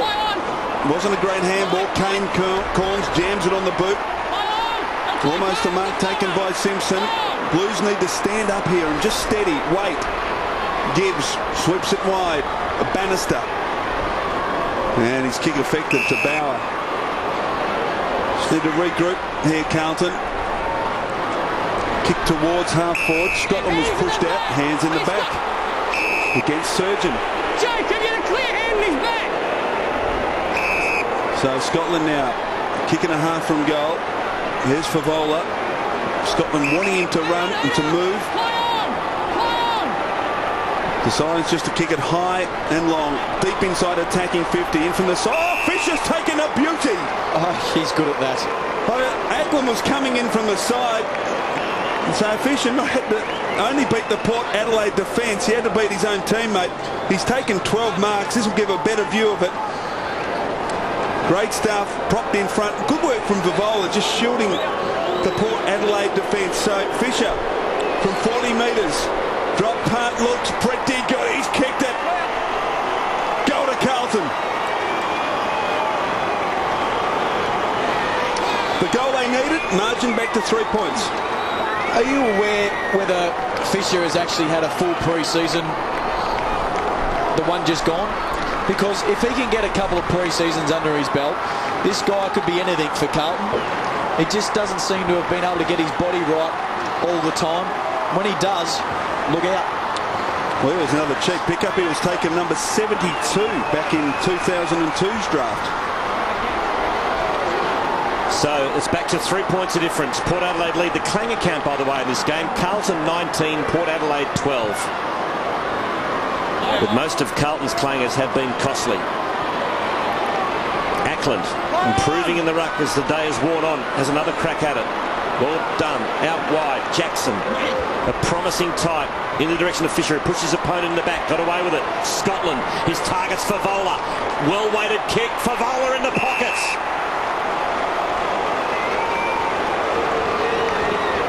So Brendan Favola. Now what's he going to do? Is he going to run around and kick a right foot banana or throw it on the left? He's got 4 goals. He goes to banana very laconically in the end. And it's across the face. One of the other guys at Carlton who has stood up has been Scotland. We mentioned him earlier in the call, providing direction and leadership. He's provided that for Carlton today. Oh, helping against Lade. Lade up, beautifully done. Superbly done to Burgoyne. Now Boak, here's a speedster. Roden, back to Boak. Exciting play. Pearce sweeps it out wide to Chad Corns. Over the top to Roden. Great link running play from Port Adelaide, and they keep on going. Roden dishes off to Motlop. Motlop into the pocket to Ebert. That is fantastic football by Port Adelaide. He plays on Ebert. He kicks to the hot spot. It's a brilliant kick. That is magnificently done by Port Adelaide. Team football.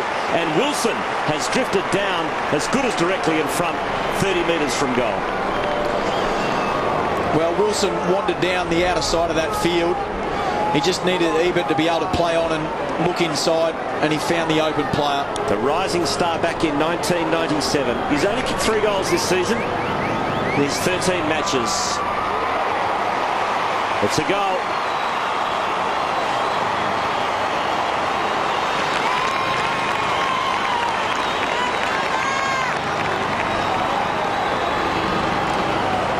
So Port Adelaide's lead back out to 9. Certainly far from over, of course, but you just get the feeling Port are steadying a little. They played with purpose there, didn't they? They certainly did.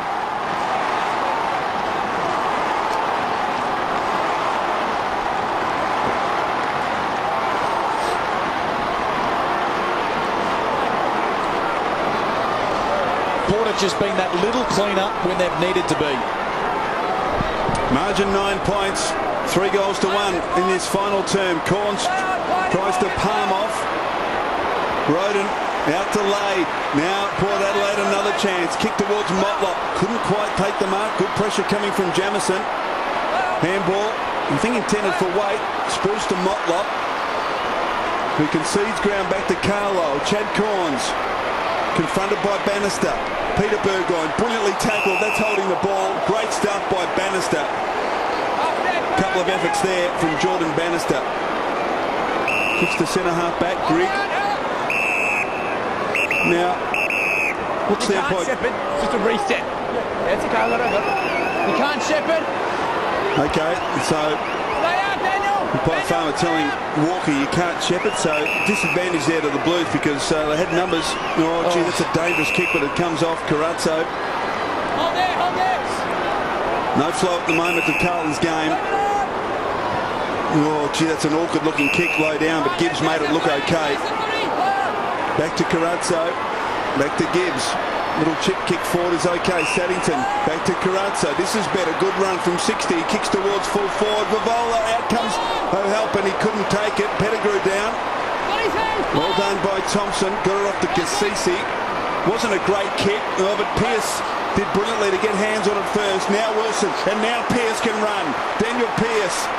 Not a great kick, and the pressure here Carlton are applying is having an impact. Jamison superbly tackled by Gibbs. Waite.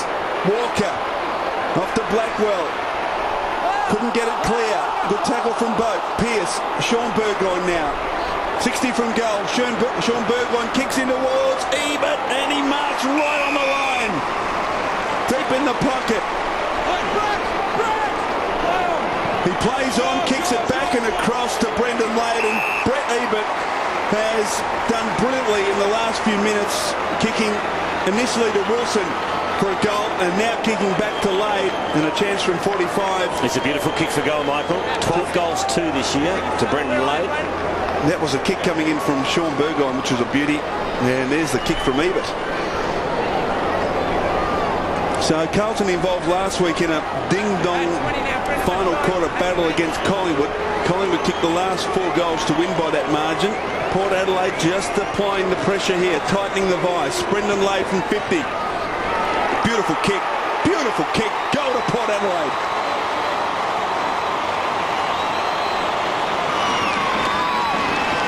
So 15 points to margin, 4 goals to 1 in this final term so far in favour of Port Adelaide.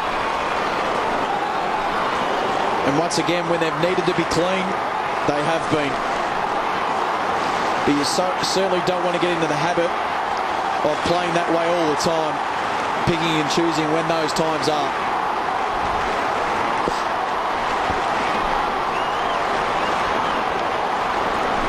Little bit of breathing space in the Port Adelaide box. They're out to 15-point lead.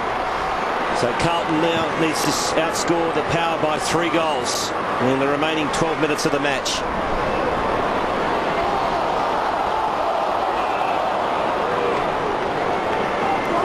Leading possession getters for the Power. Kane Corns 31 and Boat 24. For Carlton, 25 to Scotland and 21 to Waite. Lade smashes it forward.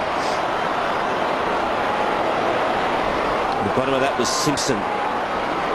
Sean Burgoyne's in there. Tackle laid by Roden. We'll have a bounce.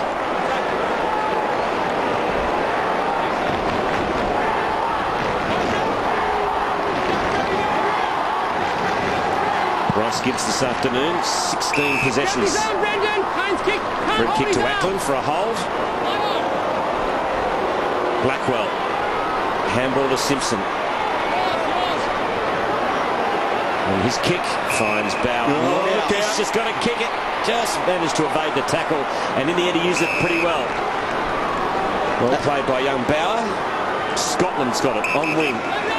That one that Scotland missed with Murphy running past, that should have been the hands. Yep, you're right. He kicks to Betts. Favola wants it long. Oh, Eddie's going to take him on. Eddie's run down. Handball to himself. So a little bit of panic setting in Carlton. Must kick the next goal, the Blues. Otherwise, You just get the feeling they're going to run away with it, Port Adelaide. Murphy to Walker. Kicks long. O'Halpin's caught behind. No hands in the back. O'Halpin has another go at it. To Betts, who's taken over the line. Yep. Pavola had a ping. It was a good one too. Great goal. But it's out of bounds.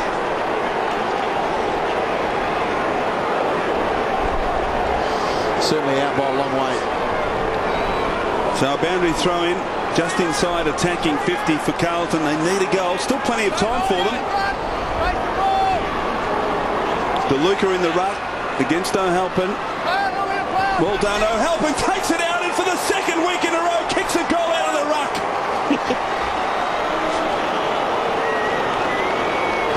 Bit of an Irish jig there, I think, Michael.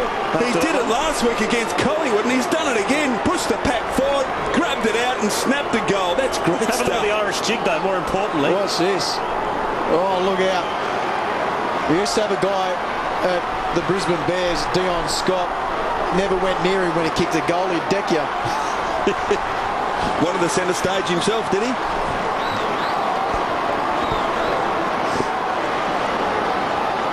Bit of magic from Satanta O'Halpin, and Port Adelaide now lead by just 9.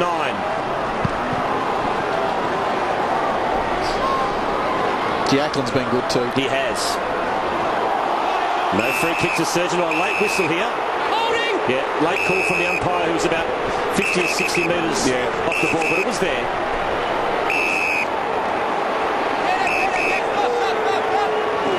He milked it for all it's worth, Surgeon.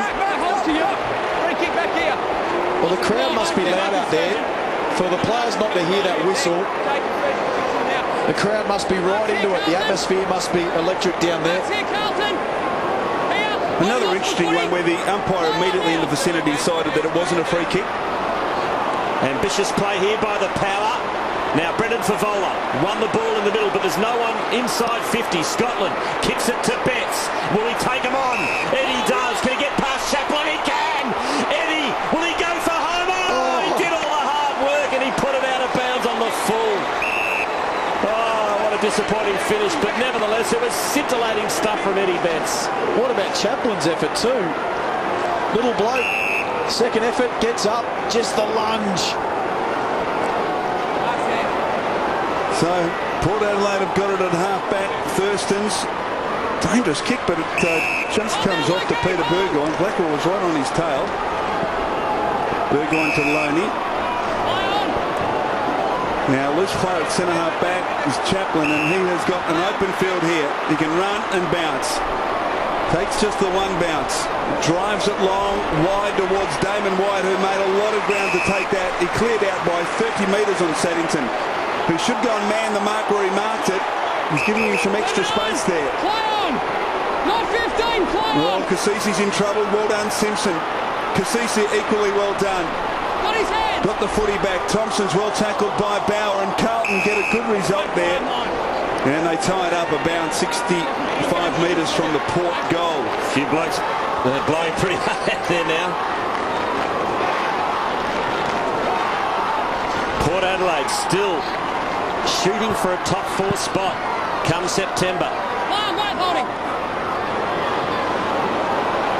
Can the Blues spoil the party like the Tigers did to the Pies last night? Port have possession. Wilson has got wide in support, goes to him now, kicks in the direction of Westhoff, and the youngster's got a strong mark in front of Jamison, who's disappointed, but he really couldn't have done much more, Jamison. It was just Westhoff was too good. Got the front posse and has taken a good mark. And this young man continues to impress. Westhoff will be lining up for his 5th straight goal this afternoon. What a find, as we've said, at pick 71. What an effort. 20 years of age. He's now up to 25 goals, 10 for the season. Westhoff from 30 out has missed the big build-up. It's a 10-point ball game. Port in front. Plenty of time for Carlton. They must score the next goal though. Port can get one here. it's game over.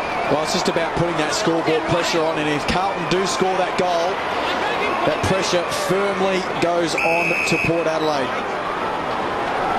So Simpson gets it to Murphy. Kicks to Thornton. Thornton kicks wide. Carrazzo makes position. He marks just backward of the wing. Now Jackson. Sharing it around. Carlton need to be very precise. Good kick. That to Grigg. Now Saddington. He can get it on quickly. He decides to go. Saddington kicks towards half forward. Wasn't a great kick. Through the pack. Chance for Chad Corns. Favola applying the pressure. Corns went down. Big chance here. Fisher's well tackled. He's can't knock it out from there. The tackle coming from Thurston's and a bounce 40 metres from Carlton's goal. Chad Corns not happy. Yeah, they're accusing, Favola's accusing Corns of staging. That's what I reckon's happening here. And well, he clipped him. Bit of contact there. Pearce off to Roden. And Port Adelaide out of trouble for the moment. Back towards the wing. Well done, Thornton comes to attack it. Off to Scotland. Sweeping handball. Simpson now has been very good. Drives it, pumps it straight back towards Fisher in the pack again. This time the fist from Chaplin. At the fall, Brendan Lade, little fumble. Kane Corns fell over. Well done, Jackson, but Wilson equal to the task. He emerges from half back to Roden, and now they're away. Sean Burgoyne, Port Adelaide a big chance. No, they played that well under pressure, Port Adelaide. They got numbers back. Now it's a one-on-one contest. Motlop, soccer off the ground.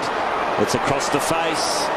And we'll have a throw in, but for Port Adelaide fans, it's in the right posse. It's up in your forward line. Well, the ground looks like it's getting a little dewy. The ball's getting a little wet, starting to skid on.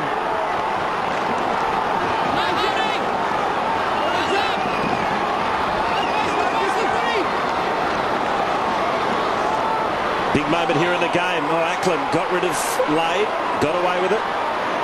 Walker fed out the handball to Gibbs. Back to Walker. Kicks to the wing. It's a good pass too. Waite takes the mark. Gee, great to see him up forward.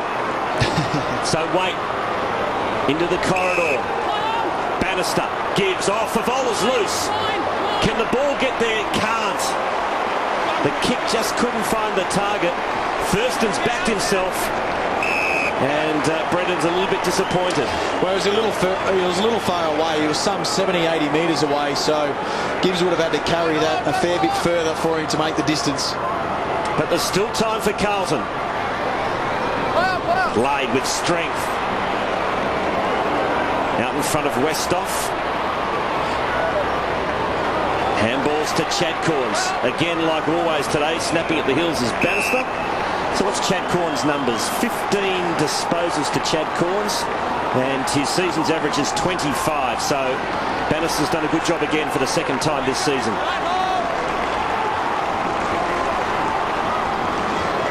Lade, oh, beautifully through the back door, but Burgoyne just couldn't hang on to the biscuits. Thornton caught one high, caught one very high. He's okay. Advantage paid. Umpire Chamberlain's not happy. Giving the Port Adelaide player a talking to. So Murphy at centre half back. He's reported Motlop, I think. Motlop's been reported, I think, Michael. Walker almost took the mark. Well done by Carrazzo. It was a tackle without it. No free kick. Walker was able to pluck the ball out of Sean Burgoyne's grasp. Cassisi was carried forward. Umpire letting it go. And eventually calling for it. Now, I'm pretty sure he's been reported here. It's Motlop on Thornton. Ooh. Oh, nothing in that. Just an open hand? Yeah, nothing in that. So, free kick, but no report. So free kick to Cassisi, and he's content now to run the clock down inside the final 5 minutes of the game. And off to Pearce. Pearce is off. Scrambles a kick at best towards half forward. Well done by Simpson. Was pushed in the back. No free kick again. The umpire letting it go. And he bounces it. He will bounce it, I should say. 55 metres from Port Adelaide's goal. How many holding the balls we had today? Would be hardly any, wouldn't it? I can't remember hardly any today. I can't remember one. Blues need a goal Time ticking away for them. Oh, another brilliant tap from Ray to Thompson. Thompson runs to 40. Just went a fraction too far. It was desperate stuff by Simpson again to push him off the kick. And a boundary throw-in will result deep in Port Adelaide's forward pocket. Look at the ruck work here. In fact, it was Ackland that time. Just brilliantly read by Thompson. Carlton can't afford Port Adelaide to score from this boundary throw-in. Lade has been very good all day. Ackland gets this one. Lade picks it up, tries to get it clear, but he's well tackled. Spills towards Kasisi. Still over the ball, Kasisi. Now Peter Berglund off to his brother Sean. He gets some space. Left foot snap. He's coming back and he's kicked it. I think that might be it for Port Adelaide.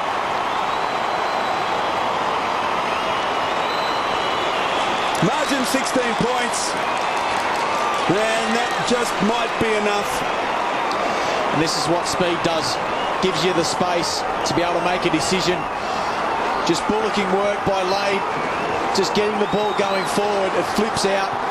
That just gives you that little break. That missed tackle. That's the difference. And then the finish.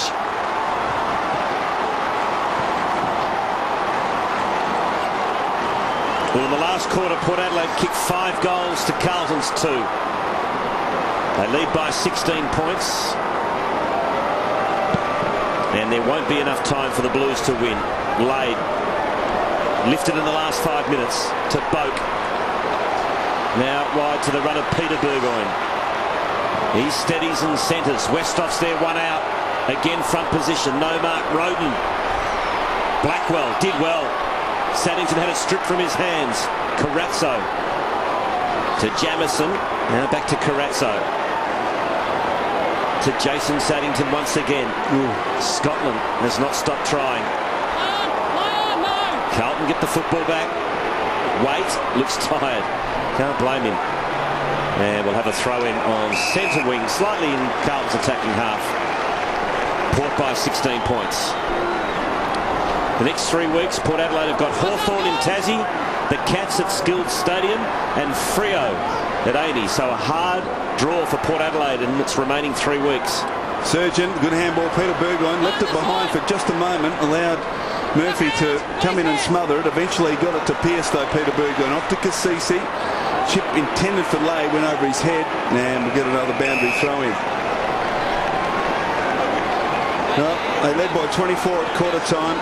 By 37 at half-time, Port Adelaide kicked the opening goal of the third quarter to lead at one stage by 44. Then the Blues kicked 8 goals on end to lead at three-quarter time, but Port Adelaide have steadied in this final term. Chad Corns, Kasisi, the old 1-2. Corns hoists it high, deep inside, attacking 50. Out comes Ebert, couldn't take it. Westhoff, clever handball over the top, and Motlop can run in and kick another.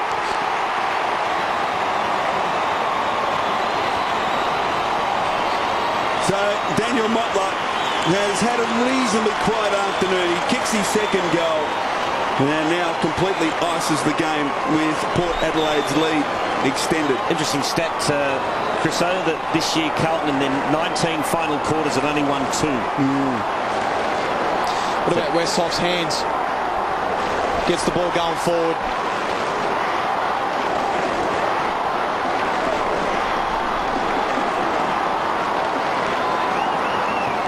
Motlop 10 disposals and 2 marks. Free kick, Mark Murphy. Mark Murphy, no, here out with Mark. Kane 5 metres towards goal. 5 metres here. Kane here. Thank you. So Murphy with the free kick, but it's too late now for the Blues to get up. But gee, they've given Port Adelaide one hell of a fright. Fisher looks for Favola. Lade, dispossessed. Try on the Teddy, happy to put your hand down. No, you're free. And there's a hole in the ball for a kick, and it's going Port Adelaide's way to be taken by Wilson. So Port Adelaide will remain in the top 4. And as I said, they've got Hawthorn, Geelong and Fremantle over the last 3 weeks. Let's go, Daniel. Are they top 4 material on what you've seen today, Michael? I think they've got some work to do. after seeing today's performance. I think they've relied on a lot of Carlton mistakes, and they've turned it on when they've had to. They've been cleaner than the opposition, no doubt, but I think that they've got some work to do. What about you, Michael Christian? Oh, look, I think at their very, very best, they're capable of beating anyone in the competition. And at stages in the first half, we saw it. But it's sometimes hard when you're getting towards a final series to beat these sides like Carlton. And we saw Collingwood have trouble beating Richmond, and they didn't, in fact, last night. So they've been good enough to win, and that's the most important thing. Mark taken by Sean Burgoyne, who's kicked 2 very important goals. An old coach of mine, who is also a fellow commentator, Robert Walls, used to always say, a win's a win's a win. And that is the case in this instance. But there's also a way to win. And in many areas, Carlton have been able to outplay Port. And I wouldn't have thought that Williams would be too happy about that.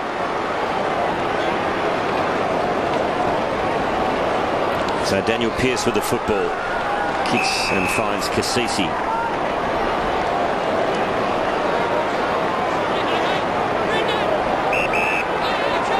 Favola causing a bit of trouble behind play with Chad Corns.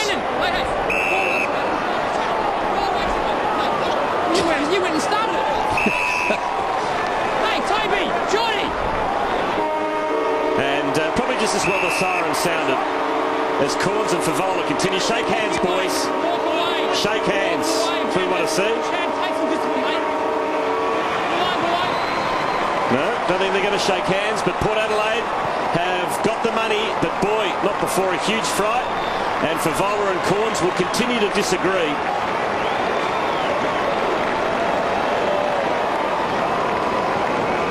Interesting conclusion to the match. I'd still like to see them shake hands. Well, when the siren goes, it's all over.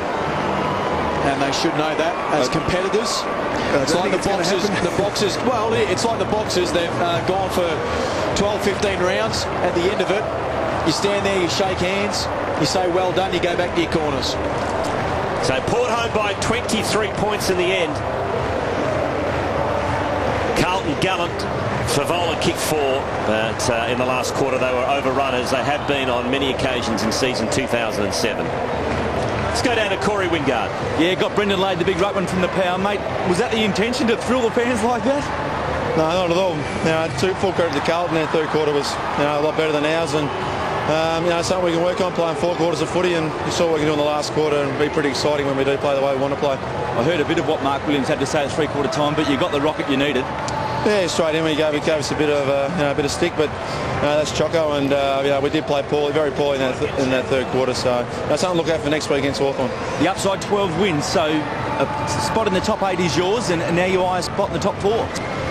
Well, we're playing finals, so that's a good thing. That's what today was about, was getting that one more win for the finals. So hopefully we can get a couple more wins over the next 3 weeks, and really set ourselves in the 8. Choco said at 3/4 time he wanted his leaders to stand up, and you really did lead the way. Well done, mate. Thanks, mate. So final score 116 to 93. Westhoff, that young man, kicked 4 goals, continues to impress in his debut season. And Favola finished with 4 goals for the Blues. All of those kicked in the third quarter when they just set it alight. Carlton kicking 8 goals to Port Adelaide's 1. What are the positives come out of today for Carlton? Well, I think for Carlton's perspective that they hung in there. I mean, the game effectively, I think we're even thinking the game was going to be nearly over at half-time. For them to be able to fight back and compete the way that they have with the young team that they have got, they should be a lot of positives come out of that. Back to Corey Wingard. Yeah, you got Chad Corns here, mate. You had to work hard, but you got the win. Yeah, terrible third quarter. I thought the first half was all right, and then for them to kick 7 or 8 goals in the third quarter is not what we're after, but great fight back, and yeah, it's good. Good win. Win's a win. You didn't make too many friends out there. You and Fev having a chat after the game. What was going on there? He's good on the yap, so I just let him know it's pretty embarrassing when you yap all day and then lose. So you've got to talk, you've got to be able to back it up as well. And you blokes are pretty capable. You can back it up into the finals now too. That'd have you very upbeat. Well, mate, yeah, it's good. Is it secured, the finals berth? If it is, that's great. But huge game against Hawthorn and then Geelong down at Skill Stadium. So a lot of work in front of us. Mate, congratulations. Well done. Thanks a lot. There you go, no love lost. No. Boys, stay tuned for the next chapter in 2008. Port Adelaide home by 23 points.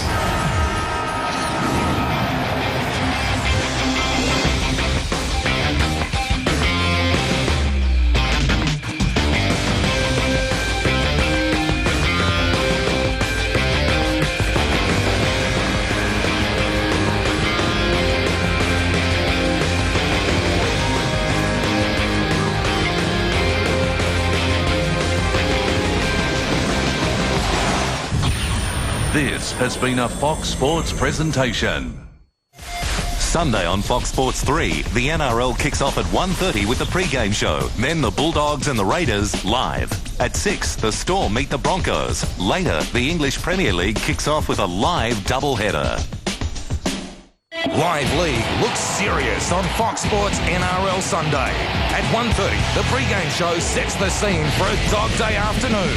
The Bulldogs pit themselves against the Raiders, a must-win match for the Green Machine. That is good stuff. And at 6, the grand final rematch pits the Purple Tornado against the Premiers. Melbourne, Brisbane, every second from Olympic Park.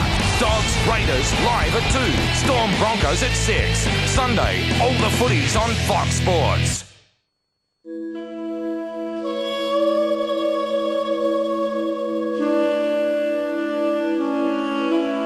Every year I tell my students to go for what they want in life. Dream big, take risks. It's time I started living up to my own words. That's a kid who's never known any love. It's not our job. That's not what we signed up for. Well, whose job is it then? They killed a friend of mine today. Is this the beginning of a war? Goes around, comes around, I guess. Like a lot of parents these days, it's possible you don't know your son as well as you think you do. Are you going to help me or not?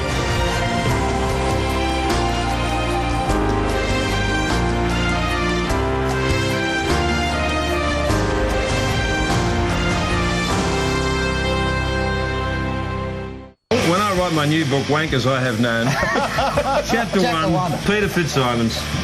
The Back Page 10th Anniversary Show, Monday at 7.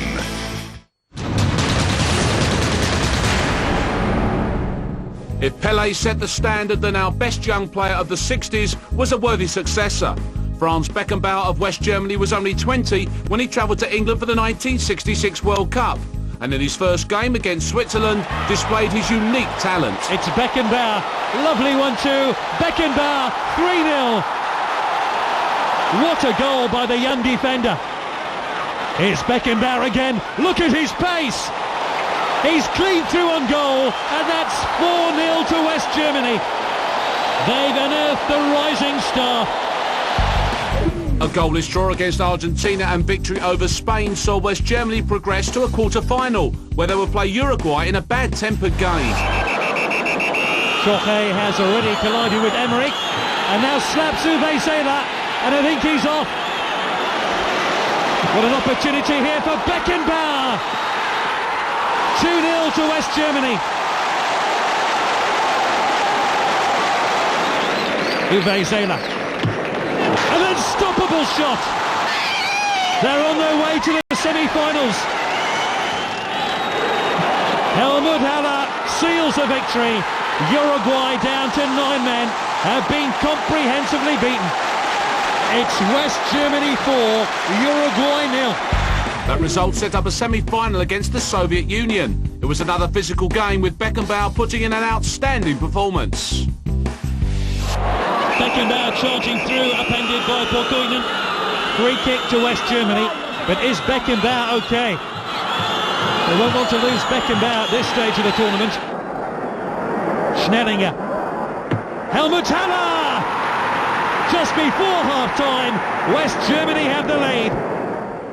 Beckenbauer, he's found the space, he's found the goal, he's fourth of the tournament, and that is brilliant. The final against England was perhaps the most dramatic ever. Beckenbauer was asked to man-mark Bobby Charlton as the Germans looked to negate England's playmaker. The 1966 World Cup final. Can West Germany upset the odds and defeat England? That's a poor clearance only towards Haller. Great start for West Germany, ahead in 12 minutes. Is it to be their day? Bobby Charlton. Away from Beckenbauer. Picks out Bobby Moore, the England captain. He's fouled by Overart. He wants to take the free kick quickly. And has done so. Jeff Hurst! It's that West Ham combination, and England are level. The full-time whistle is about to be blown, but here's hers. It doesn't matter.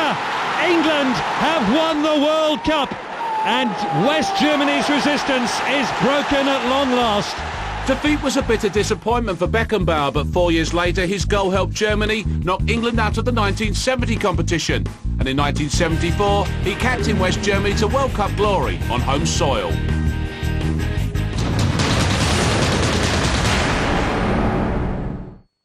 When I step on the field as a Wallaby, I guess I take with me all the people that have helped me get to where I am.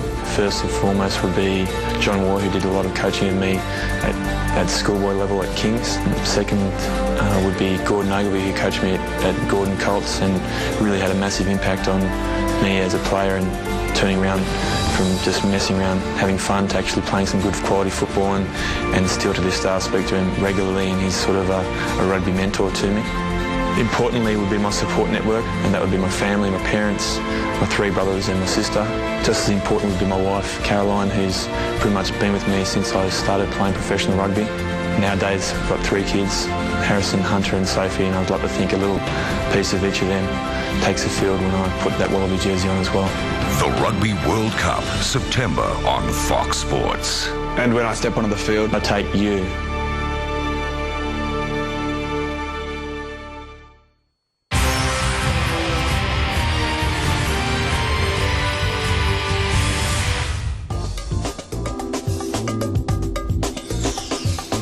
This program brought to you by Harvey Norman. There's a store near you.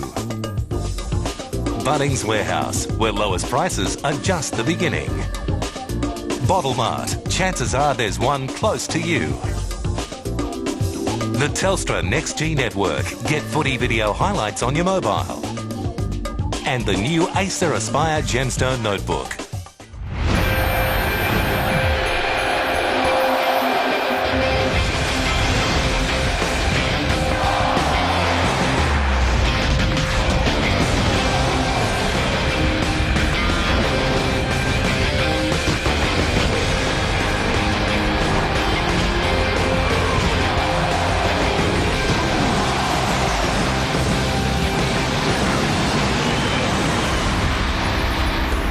Hello everyone, welcome to Saturday Night Footy, and it's a big one for the Western Bulldogs as they take on Melbourne at the Telstra Dome. Robert Walls is with me. Wallsy, a couple of important late changes which could change the way we look at this game, but we've seen some amazing results this weekend already. The Dogs just can't afford to slip up, can they?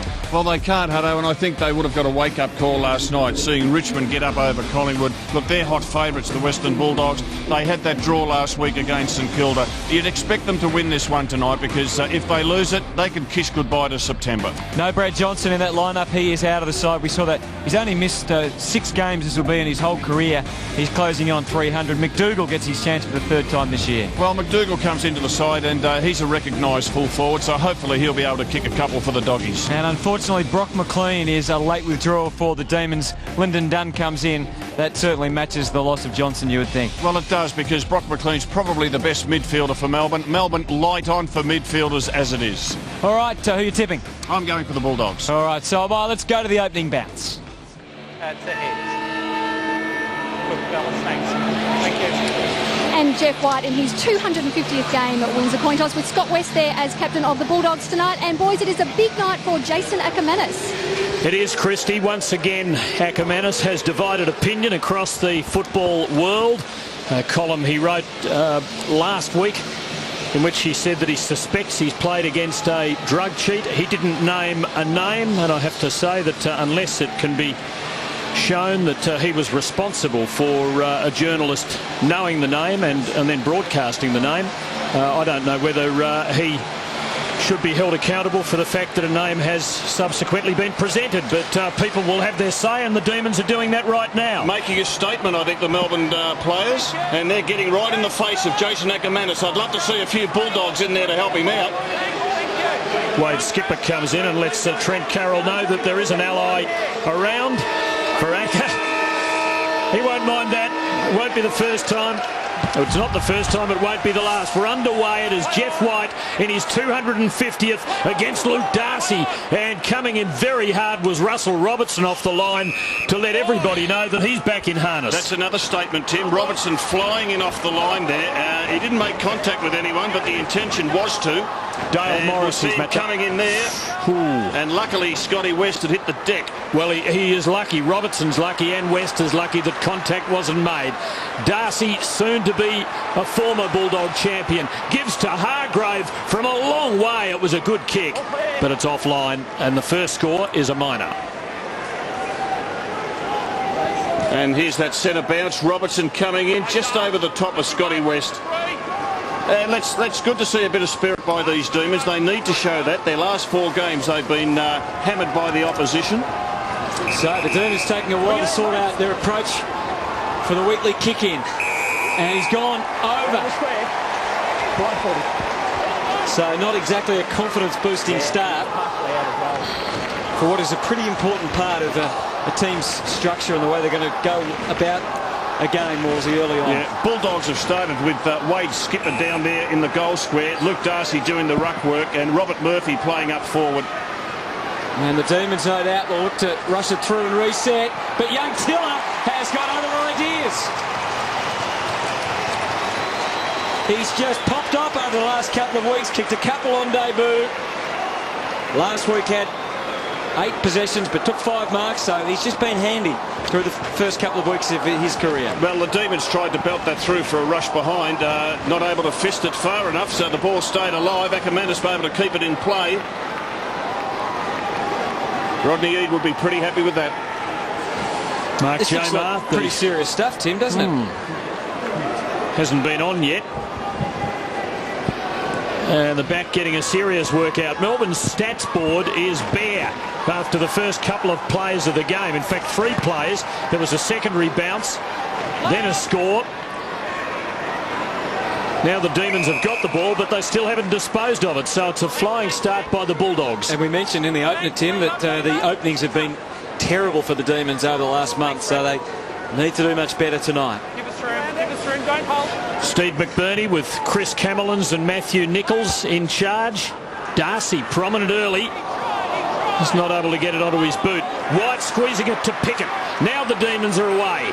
Neats on the lead. Couldn't quite hang on. Harris his opponent. McMahon there the matchup for the dangerous Davey. Hargrave shunted by Pickett. McMahon, Davey over him. A willing looking Melbourne front half now. Oh, and Byron Pickett is making his presence felt. There'll be a ball up. He's thrown it up. The umpire kept it moving. Boyd trying to squeeze a kick out of there. It looked like a throw from Darcy, but gets the AOK from the umpire. Cooney and Boyd move into action. Looks like McDonald might be trailing him as the ball goes over and out. Ben Holland back in the square. Chris Grant playing in defence for the Dogs in the opening. Darcy got it down. Cooney, Ackermanis. Not surprising to hear that sort of reaction from the crowd. McDonald wasn't able to get a constructive ball forward, and now Cooney's trying to stream away, but getting away from Aaron Davey is another matter altogether. Higgins, West and Acker involved. We know he can go beautifully on the left side as well. Propping was Eagleton, playing looks like some sort of lead-up forward role, and the ball over and out. The Dogs doing the only scoring so far. Jason Ackermanis playing as a half forward. Daniel Bell, his opponent. Bell's a very good player. It'll be a tough night for Acker. Carroll climbing in, and it was a nicely directed punch to Jones. Nathan Brown they brought down, and there'll be a ball up. So the Bulldogs making the early running here. Pressing forward again. Skipper against White. Skipper good body position. Carroll giving it up to Higgins, who in turn gave it away, and the Demons are away. Nathan Jones. Oh, bad fumble by Robertson. Jones has to come back and help him out. You just wonder though, Tim, why would Jones handball to Robertson when he's running directly towards his own goals? He just puts a teammate under pressure.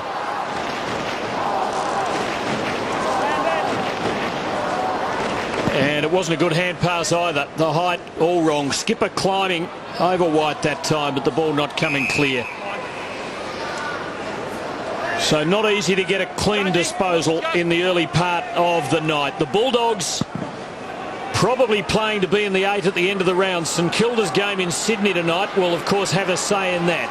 Jones to White and helped on by Robertson. Brown thrown after disposal. No advantage, late the round kick. And we'll take a free kick for the Demons. Got a couple of options this time. Wheatley the most obvious. Robertson pushing. Could come into play here. And he's got a couple of metres on West. Will he back himself? Ben Holland was the obvious target. But Robertson could smell a goal. And we know when he gets a sniff, he'll go for it.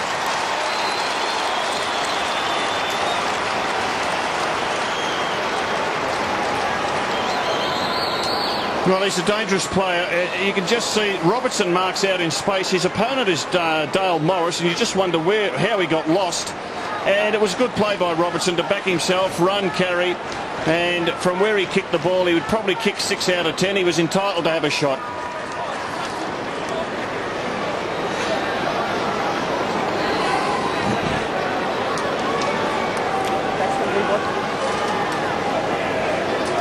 And down there in the Demon goal square, you can see Chris Grant playing in that back pocket position on Dutchy Holland.